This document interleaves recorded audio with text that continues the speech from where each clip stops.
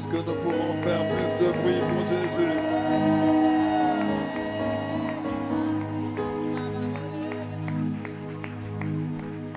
Le psaume 47 nous dit il faut battre des mains et pousser vers l'Éternel des cris de joie. C'est Dieu qui nous demande de pousser vers lui des cris de joie et de battre des mains en son honneur. Parce qu'en faisant cela, nous sommes en train de l'honorer. En faisant cela, nous obéissons à sa parole. En faisant cela, nous sommes en train de montrer de façon démonstrative notre appréciation. Nous sommes en train de dire à Dieu que nous sommes conscients que tout ce que nous avons, tout ce que nous pouvons faire, tout ce que nous sommes, c'est lui et c'est uniquement par lui. Alors prends le temps d'acclamer le Seigneur comme il faut et donner à Dieu le meilleur de ton acclamation. Oh, montre à Dieu ton appréciation, montre à Dieu ton appréciation. Oh, donne des cris en son honneur.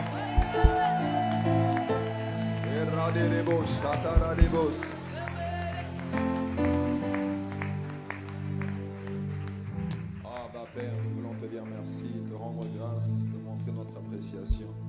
Nous voulons t'élever en ce lieu parce que tu en es digne. Nous voulons te donner le meilleur de nous. Nous voulons te rendre un culte qui monte vers toi comme un parfum de bonne odeur. Notre Père et notre Dieu, notre Abba, my daddy, tu es notre Dieu, celui en qui nous prenons appui, celui en qui nous nous confions, celui vers qui nous nous tournons, celui qui est toujours là, celui que nous pouvons invoquer au jour de la détresse, celui qui est là dans les moments de solitude, celui qui ne change pas, qui est toujours le même, et celui qui est là dans les déserts, c'est lui qui crée des oasis là où il n'y avait pas d'oasis, c'est lui qui crée des forêts dans les déserts. C'est lui qui fait la différence dans nos vies par le Saint-Esprit. Il est présent ici par son esprit. Il est vivant en nous et il est là en ce lieu. Voilà pourquoi, Seigneur, ce matin encore, nous élevons nos voix pour te rendre gloire. Nous élevons nos voix pour te rendre grâce, pour montrer notre appréciation, pour te rendre des hommages et, Seigneur, pour ne pas tarir d'éloges devant une si grande démonstration d'amour, une si grande démonstration de puissance, parce que c'est par une main puissante que tu as fait sortir le peuple d'Israël de 430 ans de servitude en Égypte, et c'est par une main puissante que tu nous as fait sortir du monde pour nous conduire dans le royaume du Fils de ton amour. Abba, notre Père. Nous sommes dans la joie ce matin quand on nous dit allons dans la maison de l'Éternel. Nous te sommes reconnaissants. Nous te sommes reconnaissants.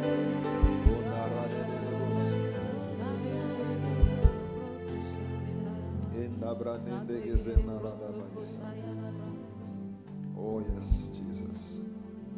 Merci. Merci pour ta grâce. Merci pour le merveilleux Saint-Esprit. Esprit de Jésus, you are welcome in this place. Tu es le bienvenu en ce lieu. Tu es désiré parce que nous ne voulons pas parler de notre propre chef, et nous voulons parler sous inspiration du Saint-Esprit. Nous voulons te laisser prendre le contrôle. Instruis-nous selon la voie que nous devons suivre. Donne-nous les conseils dont nous avons besoin. Envoie la parole pour la saison. Permets que personne ne sorte d'ici comme il est venu. Seigneur, permets que ta vie soit communiquée, diffusée dans nos corps, dans nos organes malades, endoloris. Guéris les malades, restaure les cœurs brisés. Fais la différence, opère les miracles et les prodiges par la puissance de ton esprit. Oh, merci, Abba Père.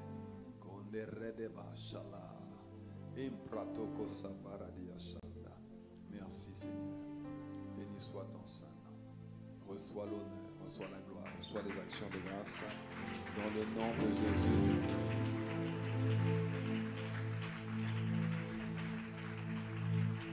Que quelqu'un dise un bon Amen. Amen. Dis-moi un meilleur Amen. Amen. Est-ce que tu peux souhaiter encore la bienvenue, pas à celui à qui tu as déjà dit bonjour, mais ton voisin de devant, de derrière, voilà, celui à qui tu n'as pas encore souhaité la bienvenue. Certainement que tu as dit bonjour à ton voisin de gauche et de droite, mais devant toi il y a quelqu'un, il y a un frère, il y a une sœur.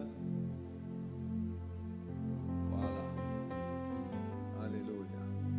Si tu vois qu'il n'y a personne à côté de toi, c'est que tu n'as invité personne à l'église. Donc là, ne baisse pas la tête, repens-toi et invite quelqu'un pour la prochaine fois. Amen.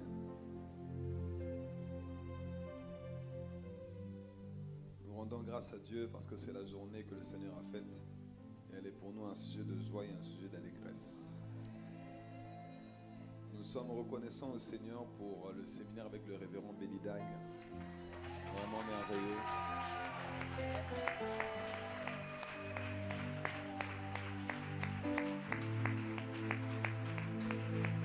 Amen. Je suis très reconnaissant à Dieu parce que depuis que je suis pasteur à ICC, je n'ai pas souvent vu ce genre de choses arriver ici à l'église.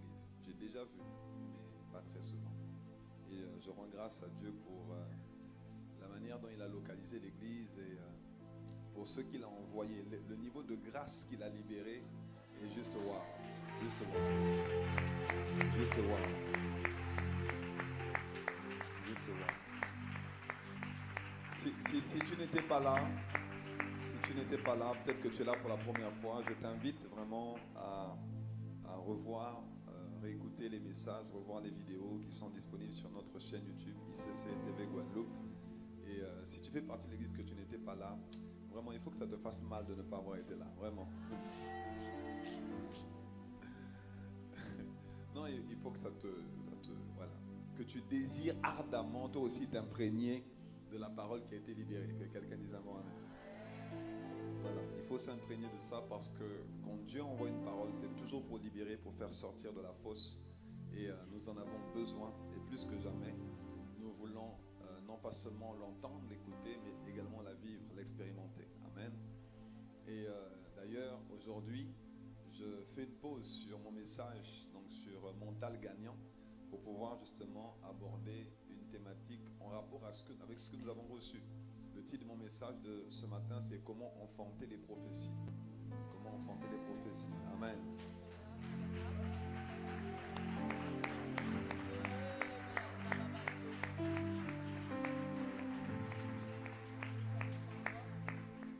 Je vais faire une annonce également que je n'ai pas faite au premier culte, mais que je devrais faire, je devrais refaire de toutes les façons.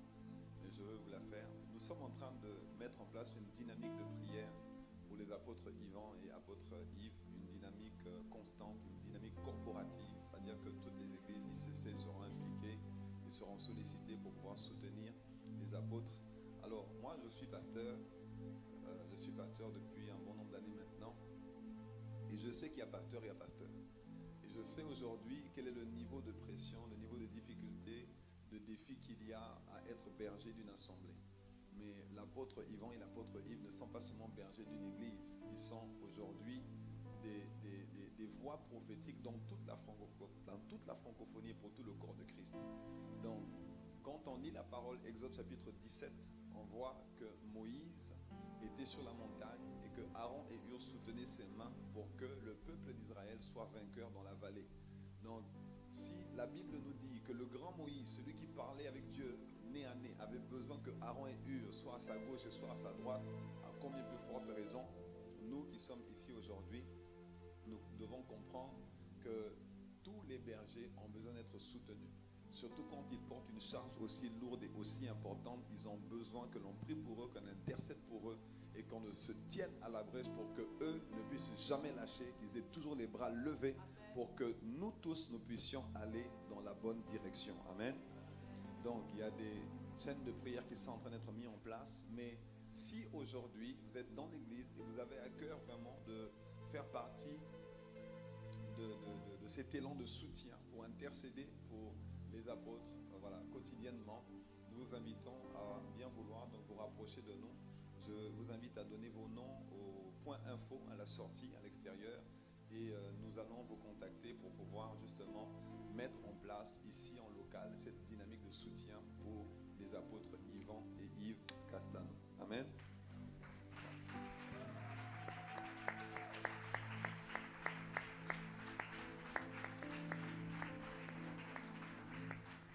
Et nous sommes toujours dans notre programme de consécration pour le mois de janvier. Nous sommes dans 40 jours de prière. Il y en a qui ont décidé de jeûner 40 jours, gloire à Dieu. Mais nous sommes surtout dans 40 jours de prière. Et nous nous retrouvons ici en présentiel tous les matins de 5h à 6h, le midi sur Zoom de 12h30 à 13h30 et la nuit de minuit à 3h, toujours sur Zoom.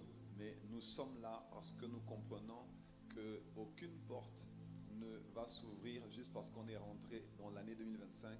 Les portes de 2025 vont s'ouvrir avec son lot de grâce, son lot de faveur, son lot de bénédiction, parce que nos portes de 2025, nous allons consacrer l'année à Dieu et nous allons prier, intercéder, soupirer après Dieu pour que l'année soit glorieuse. Si tu me suis, dis-moi un bon amen.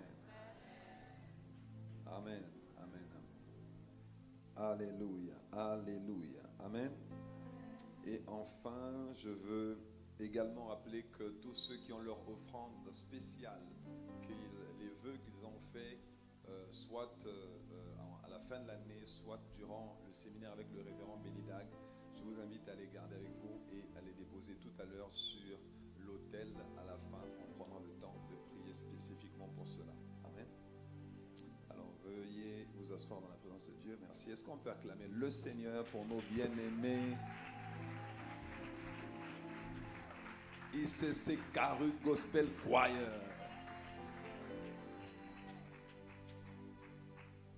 Vous savez que c'est pas facile d'être chantre. Oh non, c'est pas facile d'être chantre. Moi, j'aime beaucoup chanter, mais je ne serai jamais chantre. Parce que le prix à payer est très lourd, mais c'est un ministère qui est vraiment très exigeant, mais très gratifiant et très valorisant.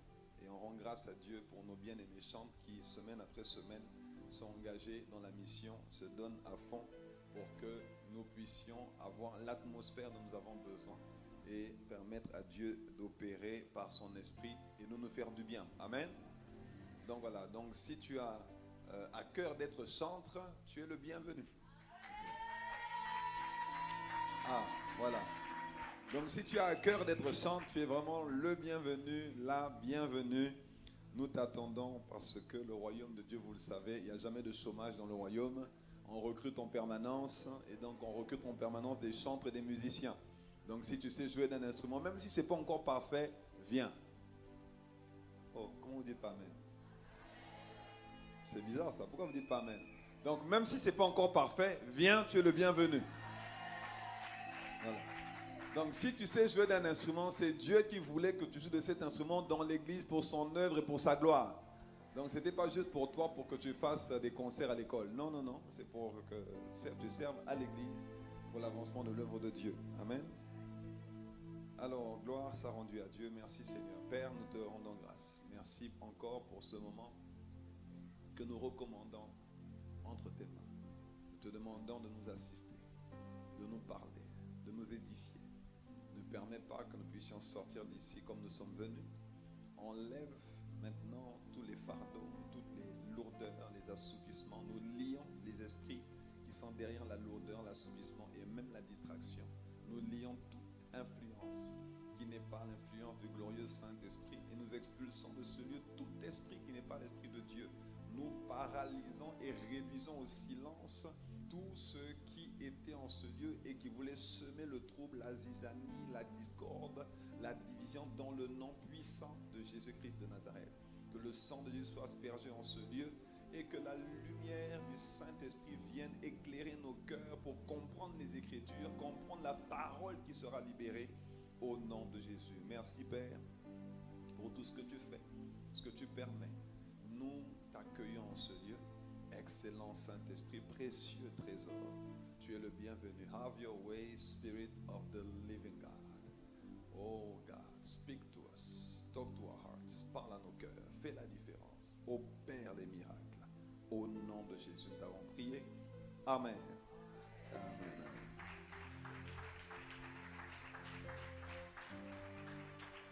Que quelqu'un dise un bon amen.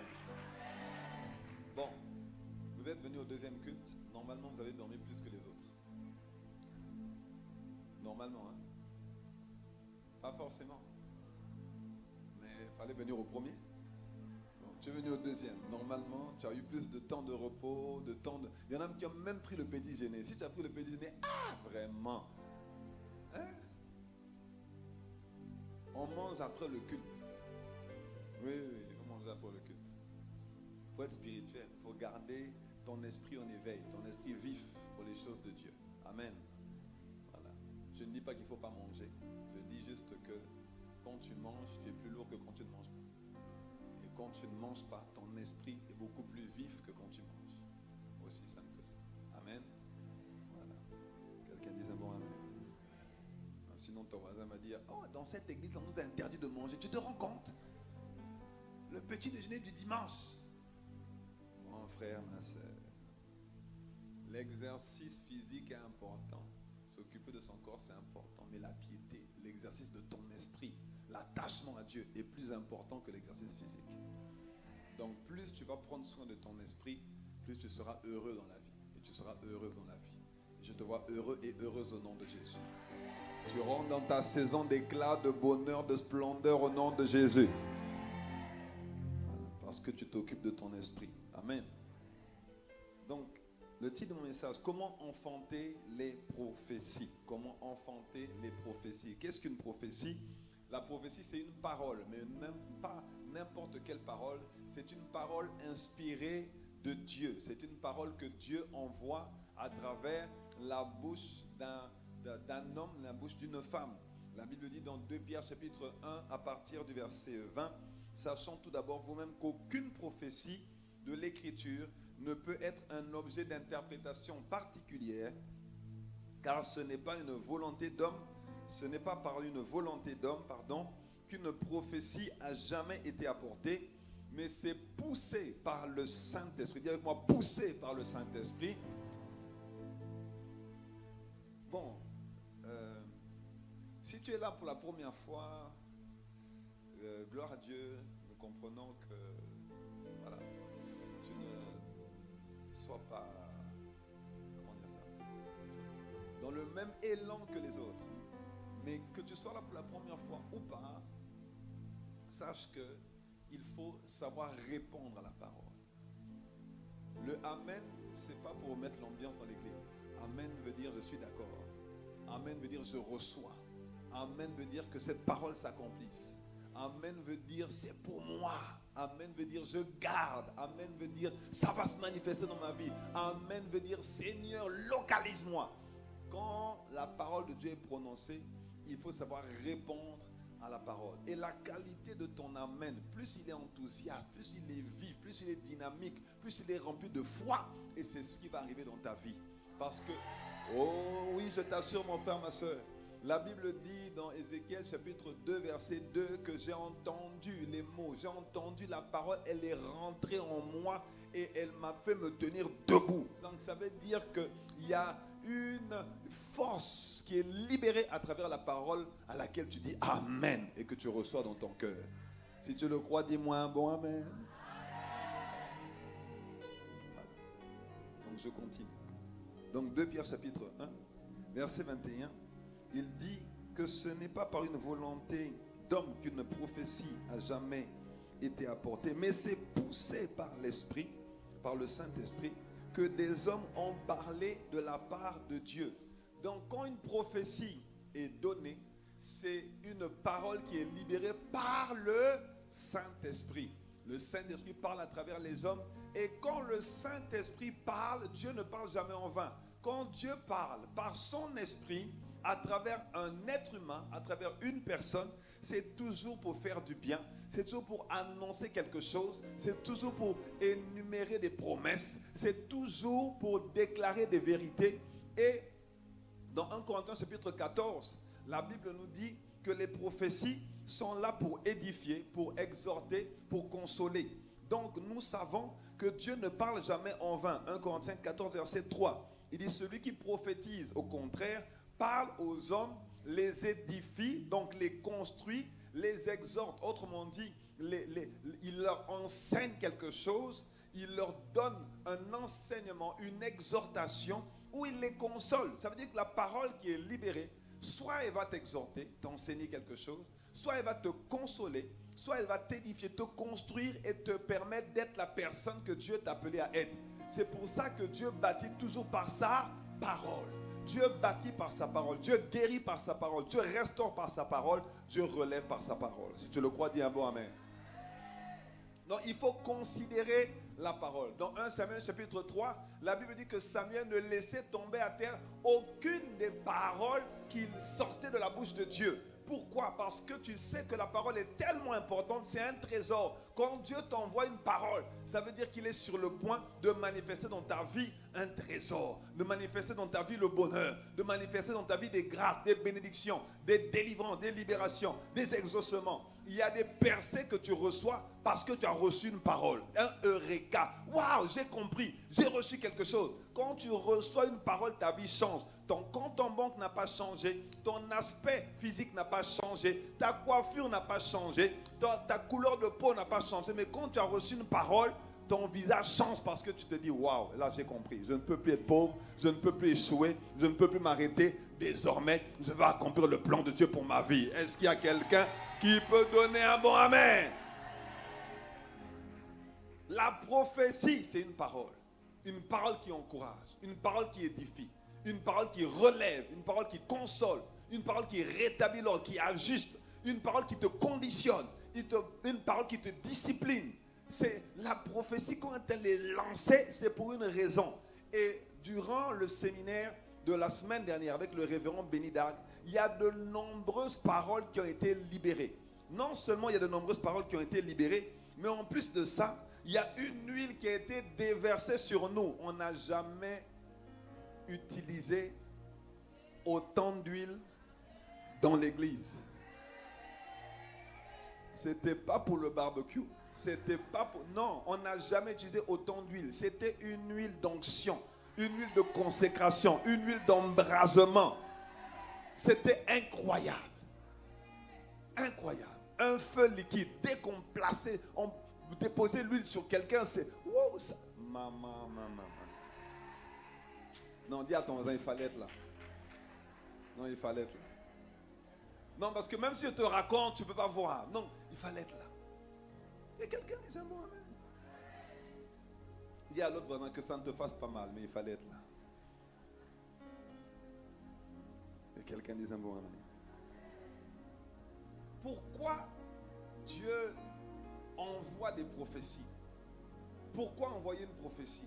Pourquoi ne pas juste faire?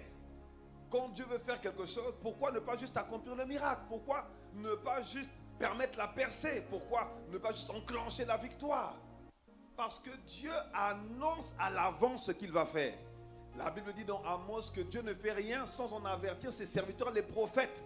Donc ça veut dire que Dieu va d'abord parler à certaines personnes pour leur dire, pour leur communiquer sa pensée, pour leur dire voilà ce que j'ai l'intention de faire. Dans Ésaïe 46 verset 10, il dit ceci. Ésaïe 46 verset 10, j'annonce dès le commencement ce qui doit arriver et longtemps d'avance ce qui n'est pas encore accompli. Je dis, mes arrêts subsisteront et j'exécuterai toute ma volonté. J'annonce comment? À l'avance. Pourquoi?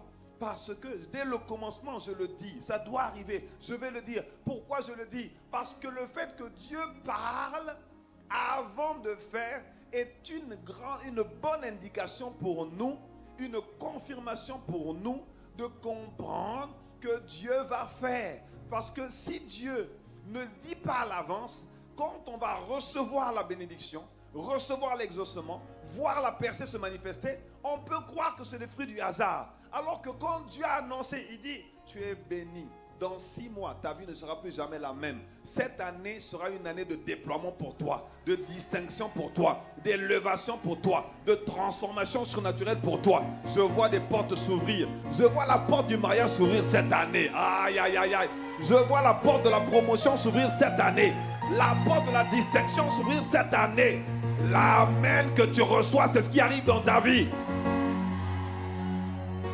Quand Dieu annonce à l'avance, c'est parce qu'il te dit c'est ce que je veux faire, c'est ce que je vais faire. Mais pour que ça se manifeste, ça dépend de toi. Il faut déjà que tu accueilles la parole. Il faut déjà que tu fasses bon accueil à ce que tu as dit. Il faut déjà que tu reçoives ce qui a été dit. La parole est une semence.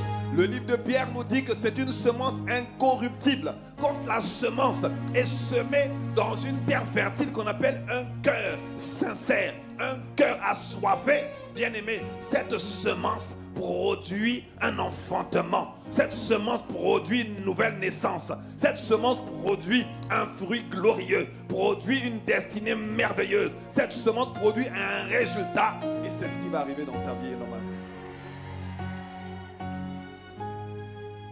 Dieu parle longtemps à l'avance et il annonce ce qui va arriver. Excusez-moi. Il parle longtemps à l'avance. Que quelqu'un dise un bon amen. Dieu est Dieu. Et dans Jean chapitre 7, verset 13, la Bible dit que quand le consolateur sera venu, l'esprit de vérité, il vous conduira dans toute la vérité. Il ne parlera pas de lui-même, mais il dira tout ce qu'il aura entendu et il vous annoncera les choses à venir. Donc annoncer les choses à venir, c'est la marque de fabrique de Dieu. C'est la marque de fabrique de Dieu.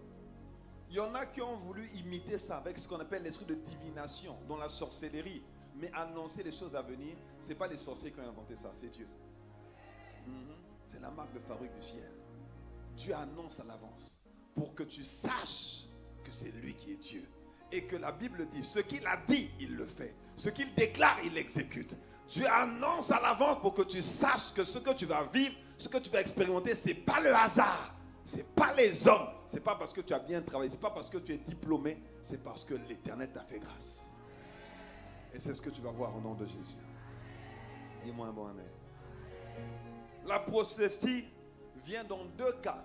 Quand quelqu'un a péché, la parole de Dieu est envoyée pour le reprendre. On envoie une parole prophétique pour dire repentez-vous, repentez-vous, repentez-vous, changez de façon de faire, changez, abandonnez le péché. Ne laissez pas la souillure vous entourer, vous environner, parce que si vous laissez la souillure être votre partage, vous allez perdre ce que Dieu veut vous communiquer. Or Dieu, la Bible dit qu'il a pour nous des projets de paix, non de malheur, pour nous donner un avenir et une espérance. Dieu s'intéresse à ton présent. Dieu est très intéressé par ton futur. Et Dieu veut que toi et moi, nous réussissions dans les couloirs de nos vies et de nos destinées. Mais malgré tout l'amour que Dieu a pour nous, Dieu ne fonctionnera jamais avec le péché. Non. Il y a dans un an, il ne marche pas comme ça. Malgré tout l'amour, Dieu est bon. Dieu est miséricordieux. Jésus a même dit, je ne suis pas venu pour les hommes parfaits, je ne suis pas venu pour les chrétiens, je ne suis pas venu pour ceux qui allaient à l'église, je suis venu pour les injustes, je suis venu pour les imparfaits, je suis venu pour ceux qui n'étaient pas droits, ceux qui étaient dans le péché et qui avaient besoin de connaître la vérité pour marcher dans l'obéissance. Mais malgré tout l'amour que Dieu a pour nous, et malgré le plan du salut qu'il a mis en place pour nous, Dieu ne va jamais cautionner le péché. Dieu aime le pécheur, Dieu pardonne les péchés. Mais Dieu ne va jamais fonctionner si nous gardons les péchés. Et nous refusons de garder les péchés au nom de Jésus. Nous voulons marcher dans la sainteté au nom de Jésus. Il nous a donné son esprit de sainteté pour nous rendre capables de marcher dans la sainteté. Donc nous n'avons pas d'excuses. Ce que Dieu attend de nous, c'est la repentance. Ce que Dieu attend de nous, c'est de nous tourner vers lui pour être aidés à marcher. Je ne sais même pas pourquoi je parle de ça. Je n'ai pas parlé de ça au premier culte. Mais Dieu envoie une prophétie pour que chacun s'ajuste, se redresse, se remette en selle, continue de courir dans le couloir de sa destinée. Opère, fonctionne avec Dieu, parce que la volonté de Dieu, c'est de fonctionner avec nous. La Bible dit, avec Dieu, nous faisons des exploits. Pas pour Dieu, mais avec Dieu. Et pour que Dieu soit avec toi, tu dois être dans l'obéissance à sa parole. Dieu ne sera pas avec nous si nous ne sommes pas obéissants à sa parole. Est-ce que quelqu'un me suit? Deux cas pour lesquels la prophétie est envoyée: quand il y a péché, pour nous reprendre, mais également, deuxième cas, lorsque le peuple implore Dieu, supplie Dieu, Dieu parle. Quand il y a un peuple assoiffé, Dieu parle. Quand il y a un peuple qui soupire après Dieu, Dieu parle. Le révérend Benidag a dit une parole, il a dit que si le feu a pris aussi bien, c'est parce que vous étiez un bois sec, un peuple assoiffé, que vous aviez déjà préparé le terrain. Vous étiez déjà en train de soupirer après Dieu pour cet élan nouveau, pour ces paroles prophétiques, pour cette dimension de l'esprit. On avait déjà soupiré après Dieu Et quand tu soupires après Dieu, quand tu as soif de Dieu, quand tu as supplié Dieu, imploré le ciel qui se manifeste, Dieu envoie une parole, une prophétie. Et il a envoyé une prophétie pour toi. Il y a une prophétie sur ma vie. Je ne peux pas échouer. Je n'échouerai pas, Seigneur. J'accomplirai ma cause. Il y a une prophétie sur ta vie, mon frère. Oh, il y a une prophétie sur ta vie. Oh, il y a une prophétie sur ta vie. Tu as déclaré des paroles. Tu as libéré des projets de paix. Il y a une prophétie sur ta vie. Il y a des miracles qui doivent voir le jour. Il y a des âmes qui doivent être gagnées à travers toi. Il y a des entreprises qui doivent être créées. Il y a des emplois qui doivent être créés à travers toi. Il y a des quartiers entiers qui doivent être touchés. Il y a des associations qui doivent faire du bien à la population de ton quartier, de ta commune, de ta ville ou de ta cité. Il y a une prophétie sur ta vie. Il y a une prophétie sur ta vie. Cette maladie ne peut pas te tuer. Non, ton temps n'est pas encore arrivé. Non, non, non, non. Le temps de ton départ n'est pas encore arrivé. La prophétie est en train de couler. La Bible dit qu'elle court. Quand la parole est libérée, elle court. Et elle agit avec vitesse. Et elle va t'atteindre au nom puissant de Jésus. Cette parole te localise. Elle te localise. Dis-moi, Mohamed. Wow, acclame le Seigneur ce matin. Acclame-le, acclame-le. Conduis-nous, Esprit de Dieu. Conduis-nous, Esprit du Seigneur. Oh, nous avons besoin de toi. Accomplis tes projets, manifeste la prophétie, rends visible tes desseins. Seigneur, étends ta main. Ne laisse personne indifférent, jeune comme ancien dans la foi. Père, édifie-nous, exhorte-nous, console-nous, relève-nous, requinque-nous, redimensionne-nous, ajuste-nous, redresse-nous. Ne permet absolument pas qu'on laisse tomber à terre les paroles que tu as prononcées sur nos vies dans le nom puissant de Jésus. Que quelqu'un dise un bon amen. Wow, venez vous asseoir, venez vous asseoir. La prophétie est envoyée pour une raison. La prophétie est envoyée parce que Dieu veut annoncer à l'avance. Et Dieu parle. Tantôt d'une manière, tantôt d'une autre, mais une chose est certaine, c'est que Dieu parle. Et Dieu a parlé. Dieu a annoncé à travers la bouche de son serviteur que d'ici le 31 décembre, nous allons être 2000 personnes au moins. Mais c'est pas la blague, hein? C'est pas la blague, c'est pas la blague. D'ici le 31 décembre, au moins 2000 personnes. D'ici 18 mois, au moins 3000 personnes. Oh! Dieu a annoncé que nous passons à un autre niveau. Non, peut-être que tu ne réalises pas. Mais quand Dieu dit l'église passe à un autre niveau, quand on dit l'église, on dit c'est l'église Impact Centre Chrétien Guadeloupe. Mais l'église Impact Centre Chrétien Guadeloupe, ce n'est pas le bâtiment. L'église Impact Centre Chrétien Guadeloupe, ce sont les personnes qui font partie de l'église. Ce sont les membres de l'église. Ce sont ceux qui ont décidé de faire de cette église leur église. Quand on dit l'église passe à un autre niveau, excuse-moi, mais c'est toi qui passes à un autre niveau. C'est toi qui changes de dimension.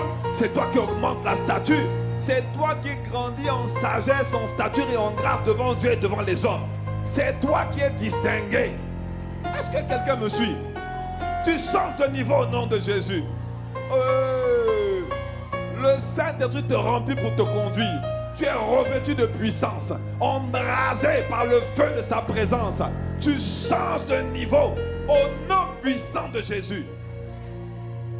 Les paroles qui ont été prononcées, ce n'est pas pour le bâtiment, c'est pour ceux qui font partie de l'œuvre et qui, jour après jour, font avancer le royaume de Dieu. Jour après jour, contribuent à ce que l'évangile se répande, contribuent à ce que la bonne nouvelle avance, contribuent à ce qu'elle soit annoncée, prêchée, elle soit communiquée partout là où Dieu nous envoie. Nous avons reçu une prédication sur Sauveur des hommes. Oh mon frère, ma soeur, non, va écouter les messages. Il y a Dieu qui est en train de crier dans cette saison. Dieu crie, help me, help me, help me, parce que Dieu attend de l'aide. Là où tu es dans ton quartier, là où tu es dans ta communauté, dans ta famille, personne ne pourra parler de Jésus si ce n'est toi. Parce qu'en plus de ça, des fois, tu es la seule personne de ta famille à connaître le Seigneur. Aller à l'église. Personne ne parlera à ta place. Il n'y aura pas de pasteur, il n'y aura pas d'évangéliste, il n'y aura pas d'assistant pasteur. Mais Dieu veut compter sur toi. Et Dieu dit, aide-moi, aide-moi. Pourquoi tu dois m'aider? Parce qu'il y a des gens qui meurent. Parce qu'il y a des gens tous les jours qui vont en enfer. Parce que personne n'a osé élever la voix et parler de la foi qu'ils ont. Dieu t'envoie dans ta sphère d'influence. Dieu t'envoie dans ta communauté. Il t'envoie dans ton lieu de travail pour qu'à travers toi, la bonne nouvelle soit prêchée.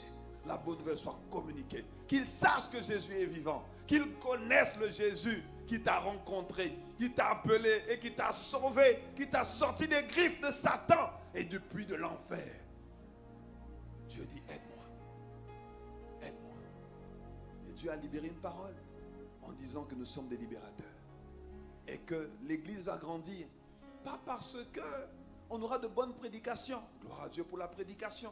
Pas parce qu'on aura de bons programmes à l'église, mais parce que l'église, à travers toi, à travers ton frère, ta soeur, à travers nous tous, va se retrouver dans les rues, va se retrouver dans les prisons, dans les associations, dans les écoles, dans les lycées, dans les collèges, à l'université, au travail. L'église, ce sera toi. Et c'est toi qui parleras de l'église. C'est toi qui parleras de Jésus. C'est toi qui vas prier pour les malades. C'est toi qui vas exhorter, consoler, encourager les gens autour de toi. Il y en a qui sont dans la dépression depuis des années. Ils ne se disent pas qu'il y a une issue favorable pour eux, qu'il y a un chemin qui s'appelle Jésus. Et ce chemin, quand tu l'empruntes, il t'emmène à la vie, il te libère de la dépression, de ceux qui t'ont emprisonné de façon chronique. Les gens ne savent pas. Ils ne savent pas qu'il y a une vie derrière le salut. Il y a une vie derrière la croix. Et toi, tu es un message vivant. Oh oui, tu es un message vivant de ce que Jésus est vivant. Bien-aimés, les paroles que nous avons reçues, ce n'est pas pour nous exciter. Ce n'est pas pour nous exciter. Quand Dieu envoie une parole, Dieu est un investisseur. Dieu n'investit jamais à perte.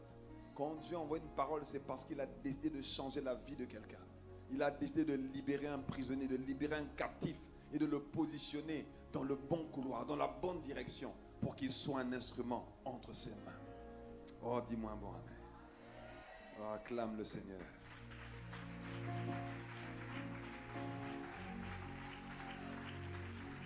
Veuillez prendre place.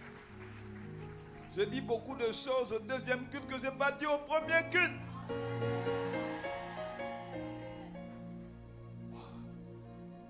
Que quelqu'un dise gloire à Dieu. Nous devons enfanter ces prophéties, enfanter ces projets de paix. Tu dois croire, croire. Je vais en parler tout à l'heure de croire. Comment on fait pour enfanter? 1 Timothée 4, versets 14 à 16. Il dit, ne néglige pas le don qui est en toi et qui t'a été donné par prophétie avec l'imposition des mains de l'assemblée des anciens. Et ça tombe bien, nous avons reçu les deux. On a reçu les prophéties et on a reçu l'imposition des mains avec beaucoup d'huile d'onction. Que quelqu'un dise un bon amen. Ne néglige pas le don qui est où? En toi. Ne néglige pas le don qui est où? Donc même si tu n'étais pas là, le don, il est en toi. La grâce, elle est en toi. Vous savez, notre richesse n'est pas à l'extérieur de nous. On n'est pas riche parce qu'on a beaucoup d'argent dans notre compte en banque.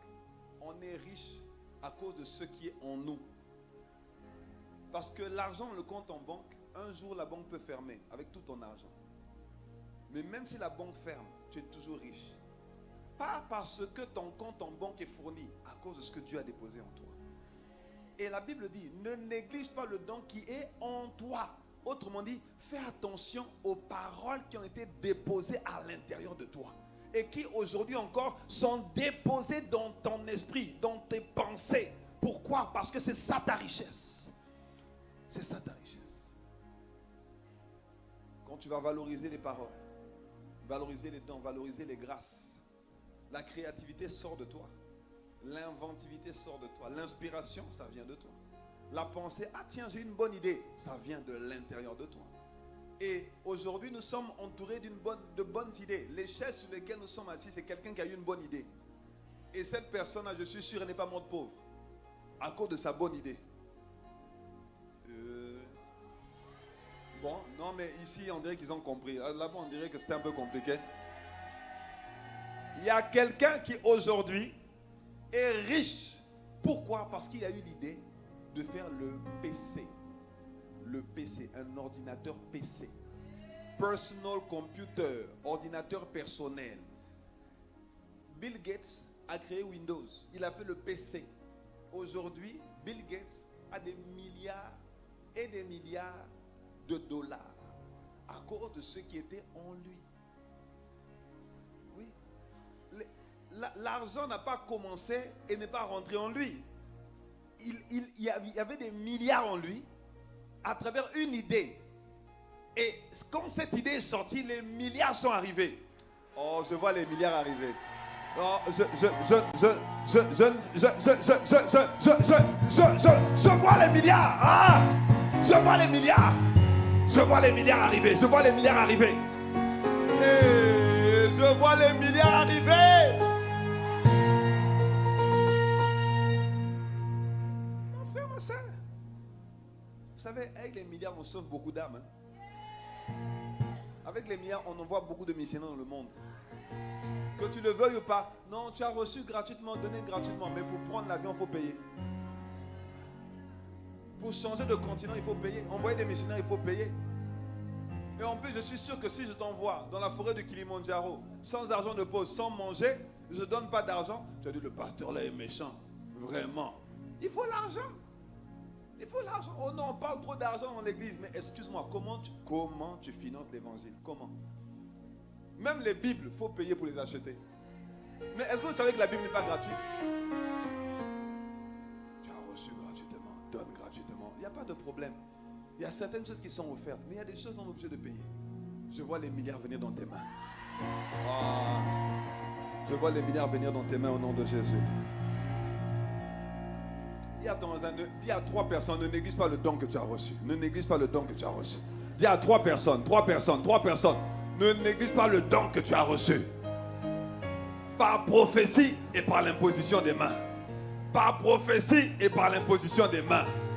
Ne néglige pas. On t'a imposé les mains. Ne te dis pas, oh, ce n'était que de l'huile. Non, mon frère, ma soeur, il y a autre chose que de l'huile. C'est spirituel. Il y a une connexion, il y a une transmission, il y a une richesse. Il y a des choses qui t'ont été communiquées. Il y a des choses qui t'ont été communiquées. Par prophétie, avec l'imposition des mains. Il dit verset 15, toujours dans 1 Timothée 4, occupe-toi de ces choses. Donne-toi tout entier à elle. Pourquoi? Parce que ce sont ces choses-là qui vont déterminer ton bonheur, qui vont déterminer le couloir dans lequel Dieu veut que tu opères. Ton épanouissement, ce n'est pas un nouveau mari. Ton épanouissement, ce n'est pas une épouse, ni un enfant. Parce que je peux vous assurer, l'apôtre Yvan raconte une histoire. Il y a une sœur qui a pleuré, qui a crié, qui voulait absolument avoir des enfants. Elle était mariée et les enfants ne venaient pas. Elle a crié à Dieu, Seigneur, tu ne vois pas mon affliction. Regarde, elle a pris de la Bible, elle a pris Anne. Ah, tu as vu Anne, moi aussi c'est Anne, Seigneur, et dans ta main. Et le Seigneur, gloire soit rendue à Dieu, a répondu. Et lui a donné un enfant. Après, elle dit à l'apôtre Yvan, pasteur, j'ai un problème. Il dit pourquoi? Non, j'ai un enfant, mais ma vie de prière, franchement, elle est en train de s'éteindre à petit feu. Mon feu n'est plus là. Oh, je n'ai plus le même zèle qu'avant. Je suis lourd. J'ai même du mal à aller à l'église. Pourquoi? Parce que le feu qu'elle avait, c'était juste pour avoir l'enfant. Mais une fois que l'enfant est arrivé, le feu a disparu. Oh non, mon frère, ma soeur, ça ne sera pas ton partage. Ça ne sera pas ton partage. Tu dois être embrassé pour Dieu. Tu dois être zélé, passionné de l'évangile. Parce que quand tu as arrêté d'être passionné, tu es déjà en train de reculer et de tomber, mais tu ne t'en rends pas encore compte. Il faut être assoiffé de Dieu pour continuer d'avancer. Il faut avoir soif du Saint-Esprit. Il faut avoir faim et soif d'entendre les paroles de Dieu, de sonder les Écritures, d'être simplement dans la présence de Dieu et de te délecter de maigreilles succulents de la parole. Mais il faut désirer Dieu. Désirer Dieu. Ne nous faisons pas d'illusions. Satan a des milliers d'années d'expérience dans le monde et le monde est sous la domination du malin. Ne vous inquiétez pas qu'il a plusieurs stratagèmes, plusieurs cordes à son arc pour t'empêcher d'être zélé et de manifester ce que Dieu a pour toi. Quand tu commences à dire, oh mais tu sais, moi je prends le culte sur internet. Je ne dis pas que c'est pas bon. Je dis juste que si tous les dimanches, tu commences à prendre le culte sur internet, on t'a déjà eu. Non. Ah, dites pas amen, hein? Ok. Non. Tous les dimanches, oh, je prends le culte sur internet. Mais de toute façon, c'est la parole. J'ai reçu la parole, que j'aille sur place. Après, tu te complais un peu dans... Pourquoi tu prends la parole sur internet? Parce que tu peux. Il n'y a pas de problème. Tu n'as pas rétrogradé. Tu es toujours enfant de Dieu. Tu es toujours consacré. Mais Satan a déjà commencé à t'avoir. À petit feu. À petit feu. Satan est patient. Satan est patient. Il ne sera lié qu'à la fin des temps. Il est patient. Son objectif, c'est qu'il ne soit pas le seul à aller dans le lac de feu et de soufre. Qu'il ne soit pas le seul à finir en enfer. Satan est patient. Oh, patient. Parce que regardez, quand il a tenté Jésus dans le désert, la Bible dit que quand Jésus a dit, il est écrit, l'homme ne se nourrira pas de pain seulement. Il est écrit, il est écrit. Jésus a résisté à la tentation, résisté à Satan. La Bible dit que Satan s'est retiré, attendant un moment plus favorable. Donc Satan s'est mis dans un coin. Il a dit, je t'aurai. Et il est là.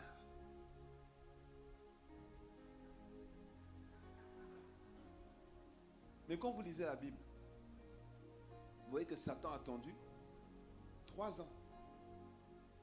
Le ministère de Jésus a commencé à son baptême. La fin de son ministère, c'était à la crucifixion. Ça a pris 3 ans. Satan a fait ça dans un coin pendant 3 ans. Satan n'est pas omniprésent. Il n'est pas présent partout en même temps à la fois. Donc il n'était pas avec Jésus tout le temps. Il s'est mis dans un coin.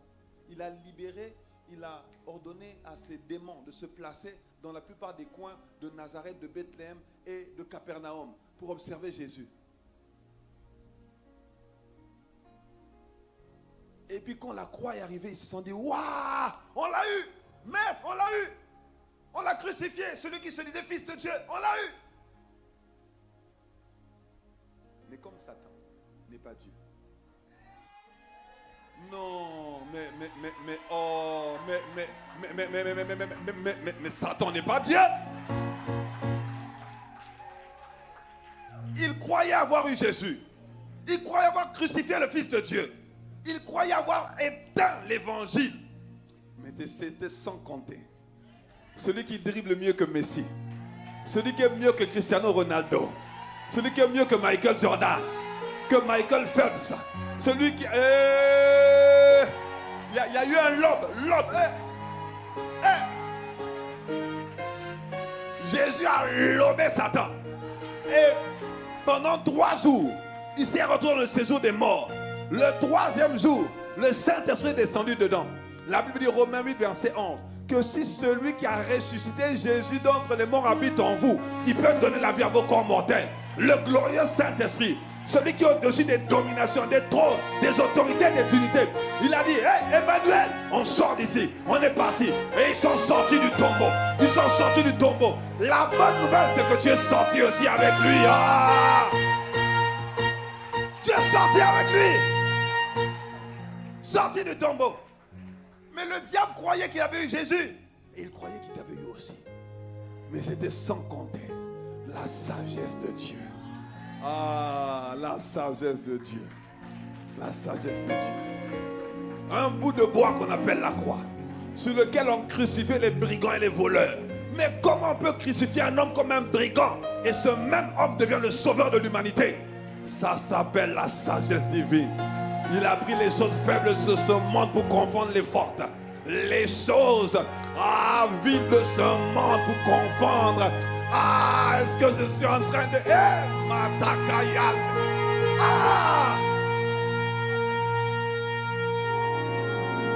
Mais un peu de respect pour l'œuvre de la croix. Il faut respecter Dieu. Dieu n'est pas surpris par le malheur. Il n'est pas surpris par la méchanceté ambiante. Il n'est pas surpris par le niveau de calamité, de perversion qu'il y a actuellement. Pas du tout. Mais la sagesse de Dieu. Il faut faire confiance à la sagesse de Dieu. Mais comment? C'est pour ça que quand Dieu parle, il faut faire attention. c'est une sagesse divine. Une sagesse que les méchants de ce monde ne peuvent pas sonder. Ils ne peuvent pas savoir tous les mystères qu'il y a derrière une parole prophétique. Parce que derrière une parole prophétique, il y a tout un village, il y a tout un territoire, il y a tout un pays, il y a tout un trésor. Et quand tu négliges la parole, tu peux passer à côté de ta vie et de ta destinée. Parce que tu as méprisé la parole. Tu n'as pas fait attention. C'est comme si, regarde, tu pries à Dieu, tu cries à Dieu, Seigneur, je veux un mari. Seigneur, je veux une épouse. J'attends un enfant. J'attends une percée. Je veux rentrer dans mon couloir. Je veux te glorifier. Je veux accomplir tes desseins. Dieu, même quand tu as des problèmes d'argent, Seigneur, je veux quand même que mes problèmes d'argent soient résolus. Je veux semer pour l'avancement de l'évangile. Gloire à Dieu. Mais Dieu ne t'envoie pas l'argent quand il t'exauce. Non, non, Dieu n'envoie pas l'argent. Il envoie une parole. Ou il envoie un homme qui te donne une parole. Ah oui. Dieu peut envoyer quelqu'un qui te dit simplement, fortifie-toi, prends courage. Oh. Non mais, je suis à moins de 10 000 dans mon compte. Tu reçois quelqu'un qui te dit, fortifie-toi, prends courage. Ah Seigneur, mais ça c'est quoi? Mais qu'est-ce que je fais avec fortifie? Mais est-ce que je paye les factures? Avec fortifie-toi, prends courage. Parce que Dieu a envoyé une parole. Il a dit, oh, cette année, c'est ta percée financière. Amen, alléluia. Le lundi d'après, avis à tiers détenteur, à t'aider. Les impôts te prennent de l'argent dans ton compte et ce n'était pas prévu. Tu te retrouves en négatif. Et quand c'est comme ça, tu te dis, oh, vite, elle n'a pas marché. Oh, les choses de Dieu là sont bizarres. Que quelqu'un dise un mot, amen. La Bible te dit, occupe-toi de ces choses. Donne-toi tout entier à elle, afin que tes progrès soient évidents pour tous. Veille sur toi-même et sur ton enseignement. Persévère dans ces choses. Pourquoi il faut persévérer? Même le mot persévérer est lourd. Comme tu sais que persévérer, c'est pas facile. Persévérer. Le mot même te montre qu'il lui-même, il n'est pas facile. Persévérer dans ces choses. Pourquoi? Parce que ces choses sont salutaires. Ces choses sont ta richesse. Ces choses sont ta délivrance. Ces choses sont ton bonheur. Oh, si tu étais attentif à mes commandements, ton bien-être serait comme un fleuve et ton bonheur comme les flots de la mer. Ésaïe 48, verset 18. Ces paroles-là sont ton bonheur, sont ton bien-être, sont ta paix, sont ta délivrance, sont ta joie, sont ta percée, sont ta promotion, ton élévation, ton sion, ton yon, pion, tout dedans. Et tout bidant Adam. Dis-moi moi-même. Dis à toi, ne néglige pas le don. Ne néglige pas.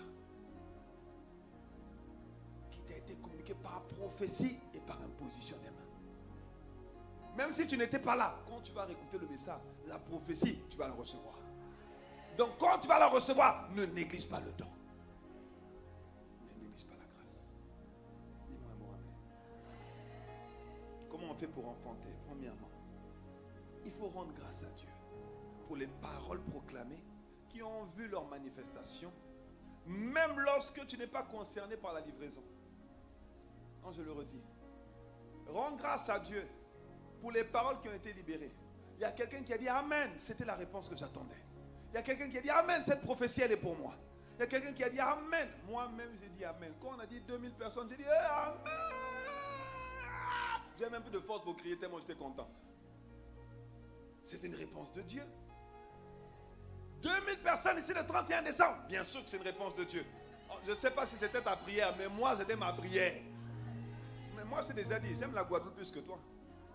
Mais oui, moi, je pense au salut de la Guadeloupe. 2000 personnes, ça veut dire que l'évangile s'étend en Guadeloupe. 3000 personnes d'ici 18 mois. Que quelqu'un dise un mot amen. Mais même quand la parole ne te concernait pas, même quand ta promesse à toi n'a pas encore été manifestée, rends grâce. Rends grâce. La Bible dit, dans Romains chapitre 12 verset 15, réjouissez-vous avec ceux qui se réjouissent et pleurez avec ceux qui pleurent. Autrement dit, si quelqu'un s'est réjoui et qu'il a dit merci à Dieu, toi aussi dis merci à Dieu pour lui. Oui, oui. Parce que Colossiens 2, verset 7 nous exhorte à abonder en action de grâce. Ça veut dire que dans l'action de grâce, tu peux même exagérer pour dire merci à Dieu. Exagère, dis merci à Dieu tout le temps. Même quand il n'a rien fait, dis merci. Seigneur, je te dis merci. Il a dit, mais pourquoi, Seigneur? Parce que je sais que de toutes les façons, tu fais concourir toutes choses à mon bien. Donc merci vraiment pour ce que tu es en train de faire, pour ce que tu as fait, pour ce que tu as fait dans la vie de mon frère, dans la vie de ma soeur, ce que tu as fait à l'église le week-end dernier. Seigneur, merci. Je n'étais pas là, mais je te rends grâce. Pourquoi tu vas dire merci? Parce que le fait que quelqu'un ait reçu, c'est la preuve que quand que l'avion a atterri et que la distribution des bagages a commencé, il y en a qui ont reçu leur bagage avant. Mais si quelqu'un reçoit son bagage avant, ça veut dire que toi qui es dans l'avion, ton bagage aussi arrive. Non, là, il faut que je descende. Là, il faut que je descende. Je te dis, tu es à l'aéroport. Maryse Condé, l'avion est arrivé. On distribue les bagages. Ceux qui sont en première ont reçu leur bagage. Gloire à Dieu pour eux. Mais toi aussi, tu es dans l'avion. Ton bagage est dans la soute. Celui qui a reçu le bagage avant, gloire à Dieu pour lui. Mais une chose est certaine, même si ton bagage n'est pas encore arrivé, ton bagage est dans l'avion. Ta promesse est dans l'avion. Ta prophétie est dans l'avion. Ta bénédiction est dans l'avion. Et la preuve que quelqu'un a reçu, quand quelqu'un a reçu, pardon, c'est la preuve que toi aussi tu vas recevoir. C'est la preuve que toi aussi tu vas recevoir. Ça arrive dans ta vie.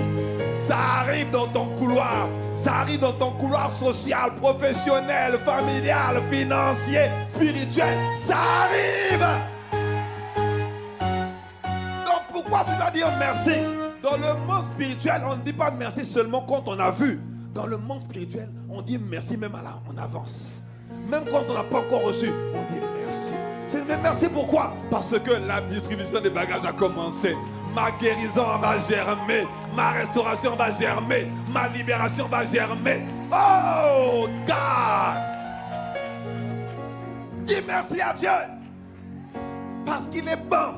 Et que sa fidélité, sa miséricorde durera toujours. Il ne change pas. Il ne change pas.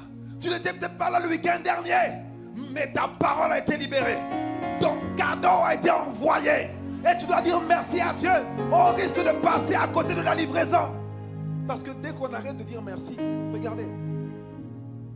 Éphésiens 5, à partir du verset 18. Il a dit, soyez continuellement remplis du Saint-Esprit. N'est-ce pas? Entretenez-vous par des psaumes, par des hymnes, des cantiques spirituels. Verset 20, il dit, rendez continuellement grâce à Dieu. La raison pour laquelle on rend continuellement grâce, parce que le tapis bagage ne doit pas s'arrêter. Quand on continue de rendre grâce, le tapis continue à avancer.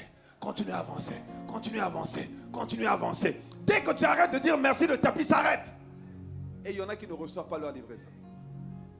Ça ne sera pas notre partage au nom de Jésus. Oh, je te vois recevoir.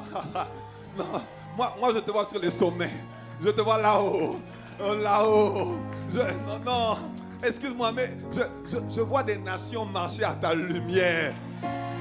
Il a parlé, le révérend a dit que nous manifestons tous le discipolat de Christ. Là où Dieu nous appelle, je te vois changer de stature, changer de dimension. Je te vois être un homme de prière, un intercesseur au Père, un homme engagé, zélé, passionné. L'ennemi est un menteur. Il veut te faire quoi? Il dit non, toi tu es timide, non, toi tu ne parles pas. Toi, non, toi tu parles pas aux gens, toi. Non, toi tu parles pas aux gens. Non. Mais puis qu'est-ce que les gens m'ont dit? Regarde, non, toi tu parles pas. L'ennemi est un menteur. On te fait croire que toi tu parles pas, alors que tu es une pipelette. Quelqu'un qui parle en l'eau, même. Il suffit de te déclencher. Le déclenchement est arrivé. Oh, le déclenchement est arrivé. Acclame le Seigneur, acclame-le, acclame-le. Les prophéties seront enfantées. Aïe, manère. L'action de grâce en fait enfanter les prophéties. L'action de grâce fait enfanter les prophéties. L'action de grâce permet au tapis de continuer de distribuer les exaucements, les percées, les cadeaux. Dis-moi un bon amen. Le tapis bagage fonctionne. Le ministère des anges est déjà en action. Et ta grâce arrive. Au nom puissant de Jésus. Voilà pourquoi, deuxièmement, il ne faut pas douter. Dis à ton voisin, ne doute pas. Oh, ne doute pas. Parce que la Bible dit, Dans Jacques 1, il est écrit que si quelqu'un d'entre vous manque de sagesse, qu'il la demande à Dieu, qui donne à tous simplement et sans reproche, et elle lui sera donnée. Verset 6, il dit, mais qu'il la demande avec foi, sans douter, car celui qui doute est semblable au flot de la mer, agité par le vent et poussé de côté et d'autre.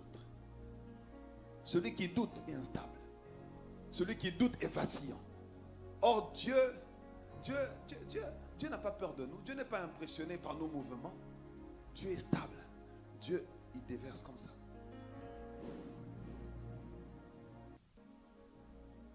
Si tu es là-bas, Dieu ne va pas dire, ah, attends, j'arrive. Ah ouais, non. Dieu est là. Et il déverse une huile de joie sur ta vie. Une huile fraîche. Une onction du Saint-Esprit. Une puissance pour briser les jougs. Il déverse cette grâce.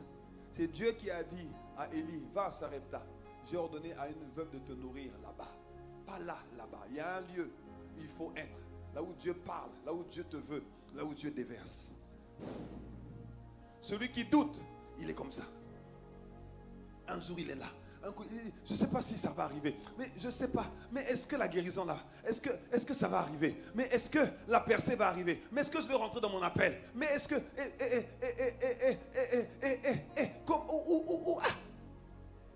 Instable.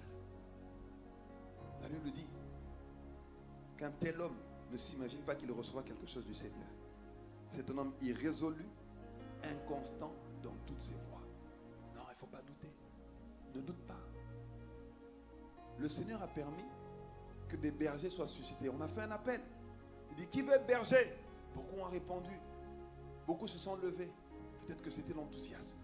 Peut-être que c'était le feu, le moment. Vous voyez, quand on est dans le moment, peut-être que quand ils sont sortis là, ils ont commencé à dire, mais comment je vais faire ça? Ils ont commencé à regretter. Ne regrette rien, mon frère. Ne regrette rien. La parole a été envoyée pour toi. Le potentiel d'être berger est libéré pour tout chrétien né de nouveau. Né de nouveau. Né de nouveau. Tu es un berger en puissance. Tu es un vrai serviteur de Dieu. Sans titre, sans position. Pas pasteur, pas docteur, pas apôtre, pas évangéliste. Juste avec ton prénom. Matthieu, Marc, Luc, Jean, Pierre, Abraham, Isaac, Jacob. Mais tu es un serviteur de Dieu. Un serviteur de Dieu. Ne doute pas. Dieu veut consoler à travers toi. Dieu veut guérir à travers toi. Dieu veut relever à travers toi. Dieu veut encourager à travers toi. Ne doute pas. Dis, mais qu'est-ce que je veux dire d'intéressant? Demande au Saint-Esprit. Le Saint-Esprit, il est merveilleux. Vous savez, tout ce que le Saint-Esprit n'attend pas les gens intelligents. Le Saint-Esprit ne fonctionne pas simplement les diplômes. Mais Dieu n'a... Regardez la Bible. C'est écrit nulle part que le diplôme était un prérequis pour être utilisé par Dieu. Acte 4, verset 13. Ils étaient étonnés.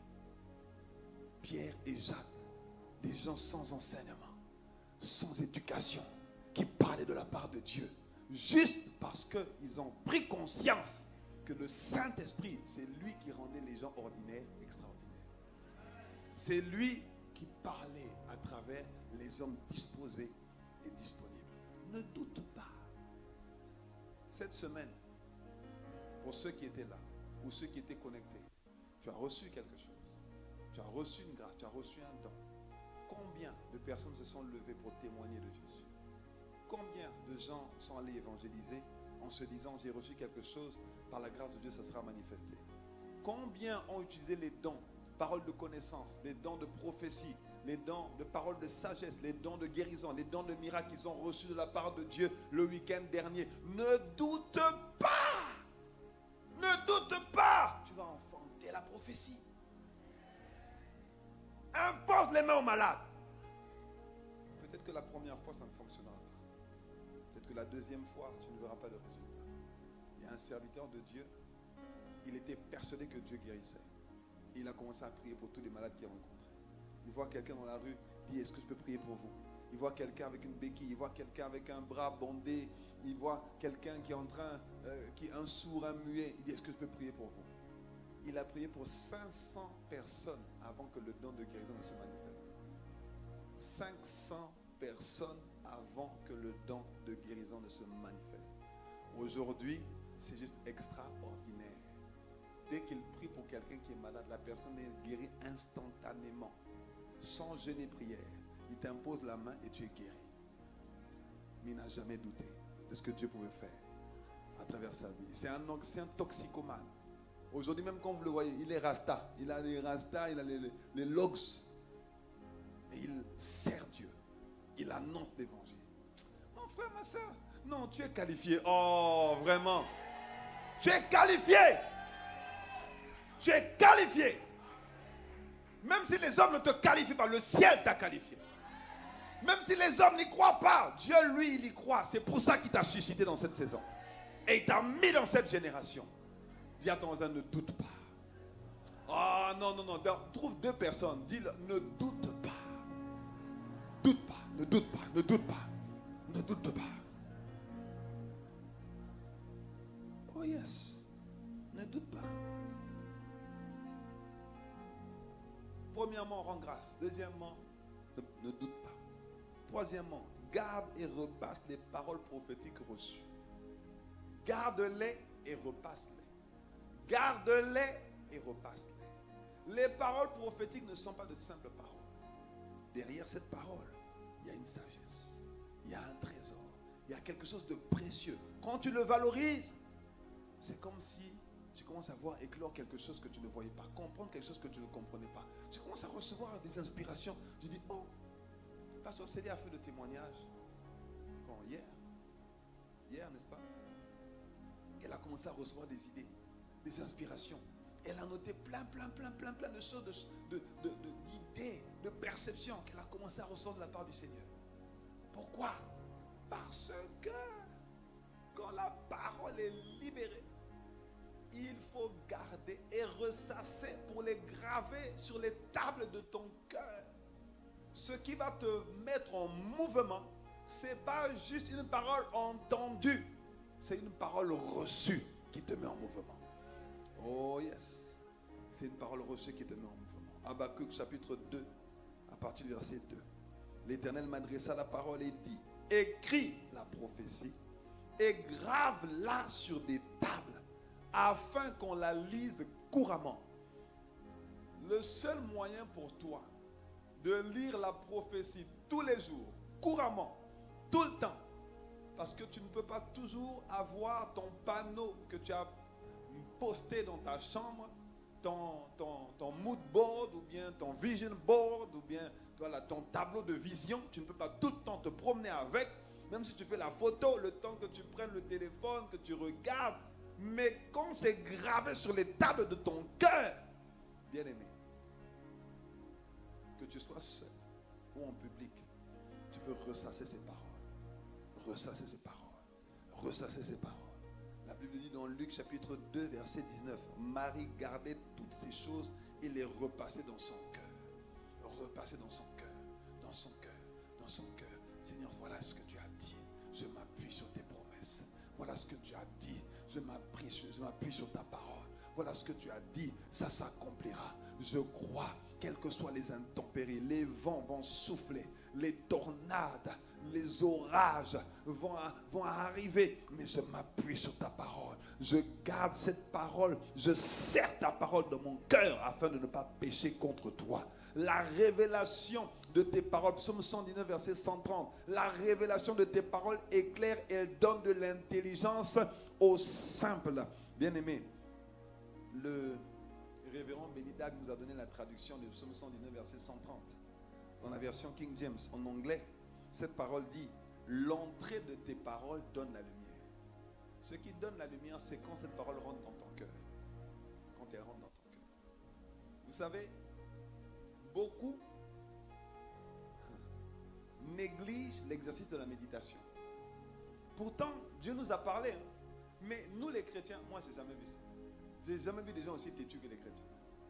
Non, nous, il faut que Dieu ait compassion de nous.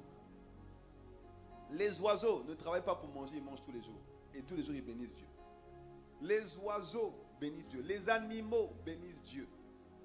Les arbres bénissent Dieu. Mais nous, nous, vraiment, la Bible dit, ne vous inquiétez pas de ce que vous allez manger, vous allez boire. Mais qui s'inquiète plus que nous? Je ne connais pas. On s'inquiète de ce qu'on va manger, on s'inquiète de ce qu'on va boire. Est-ce que quelqu'un me suit?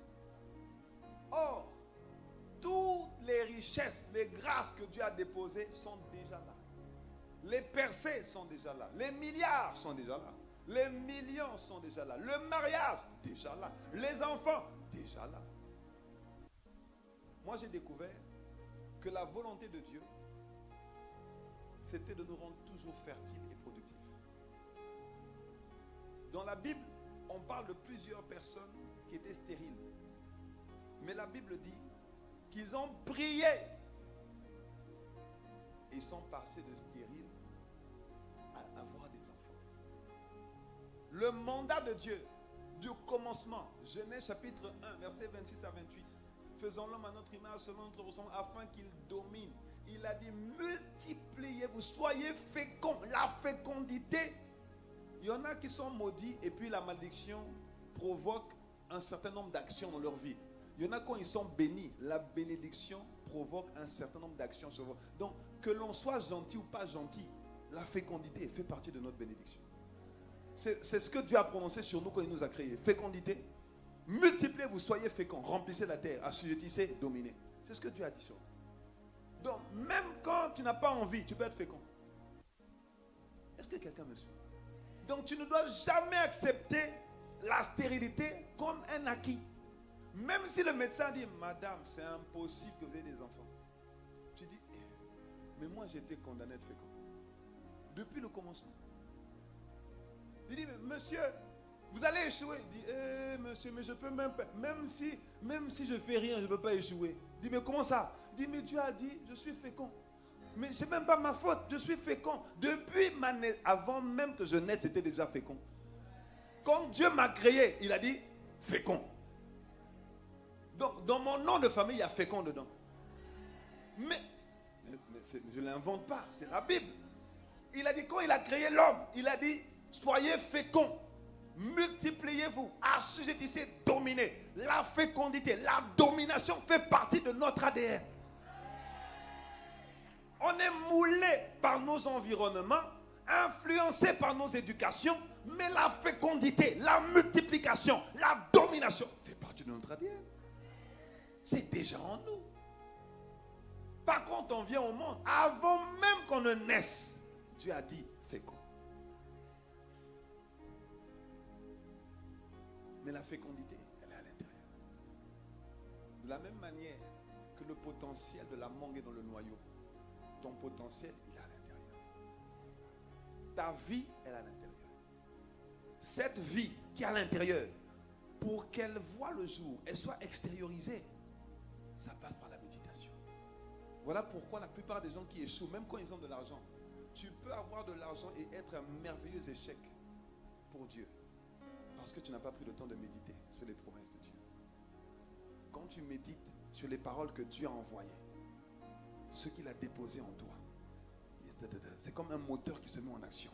Et puis, et ça commence à générer de la vie, générer des idées, générer des pensées, des inspirations, des stratégies, générer des grâces, générer des dons, des capacités, des activités, générer des inspirations à cause de la méditation. Josué 1,8 dit que ce livre de la loi ne s'éloigne point de ta bouche. Médite le jour et nuit. C'est alors que tu auras du succès dans tes entreprises. Non, médite le jour et nuit afin d'agir fidèlement selon tout ce qui est écrit. C'est alors que tu auras du succès dans tes entreprises. C'est alors que tu réussiras. Succès et réussite sont attachés pas à la parole, à la méditation de la parole. C'est déjà là. C'est déjà là. Non, il y a quelqu'un qui n'était pas au courant. Mais laisse-moi te dire, aujourd'hui, en sortant d'ici, ne dis pas non, c'est parce que tu sais, on est dans une famille tellement pauvre, dans le quartier le plus pauvre de Pointe-à-Pitre, dans le quartier le plus reculé de Hans Bertrand. Excuse-moi. Ta richesse, ton éclat, ta splendeur ne dépend pas du quartier, même pas de ton père, ni de ta mère.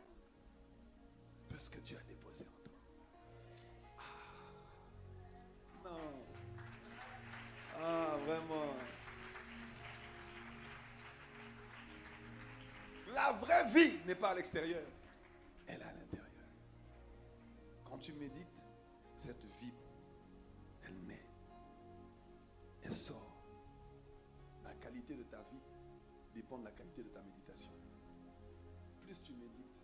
Aujourd'hui, regardez, là, beaucoup de gens qui, entre guillemets, réussissent dans la vie ou bien ont de la notoriété, une influence dans la vie, vous allez voir que dans leur vie, ils méditent.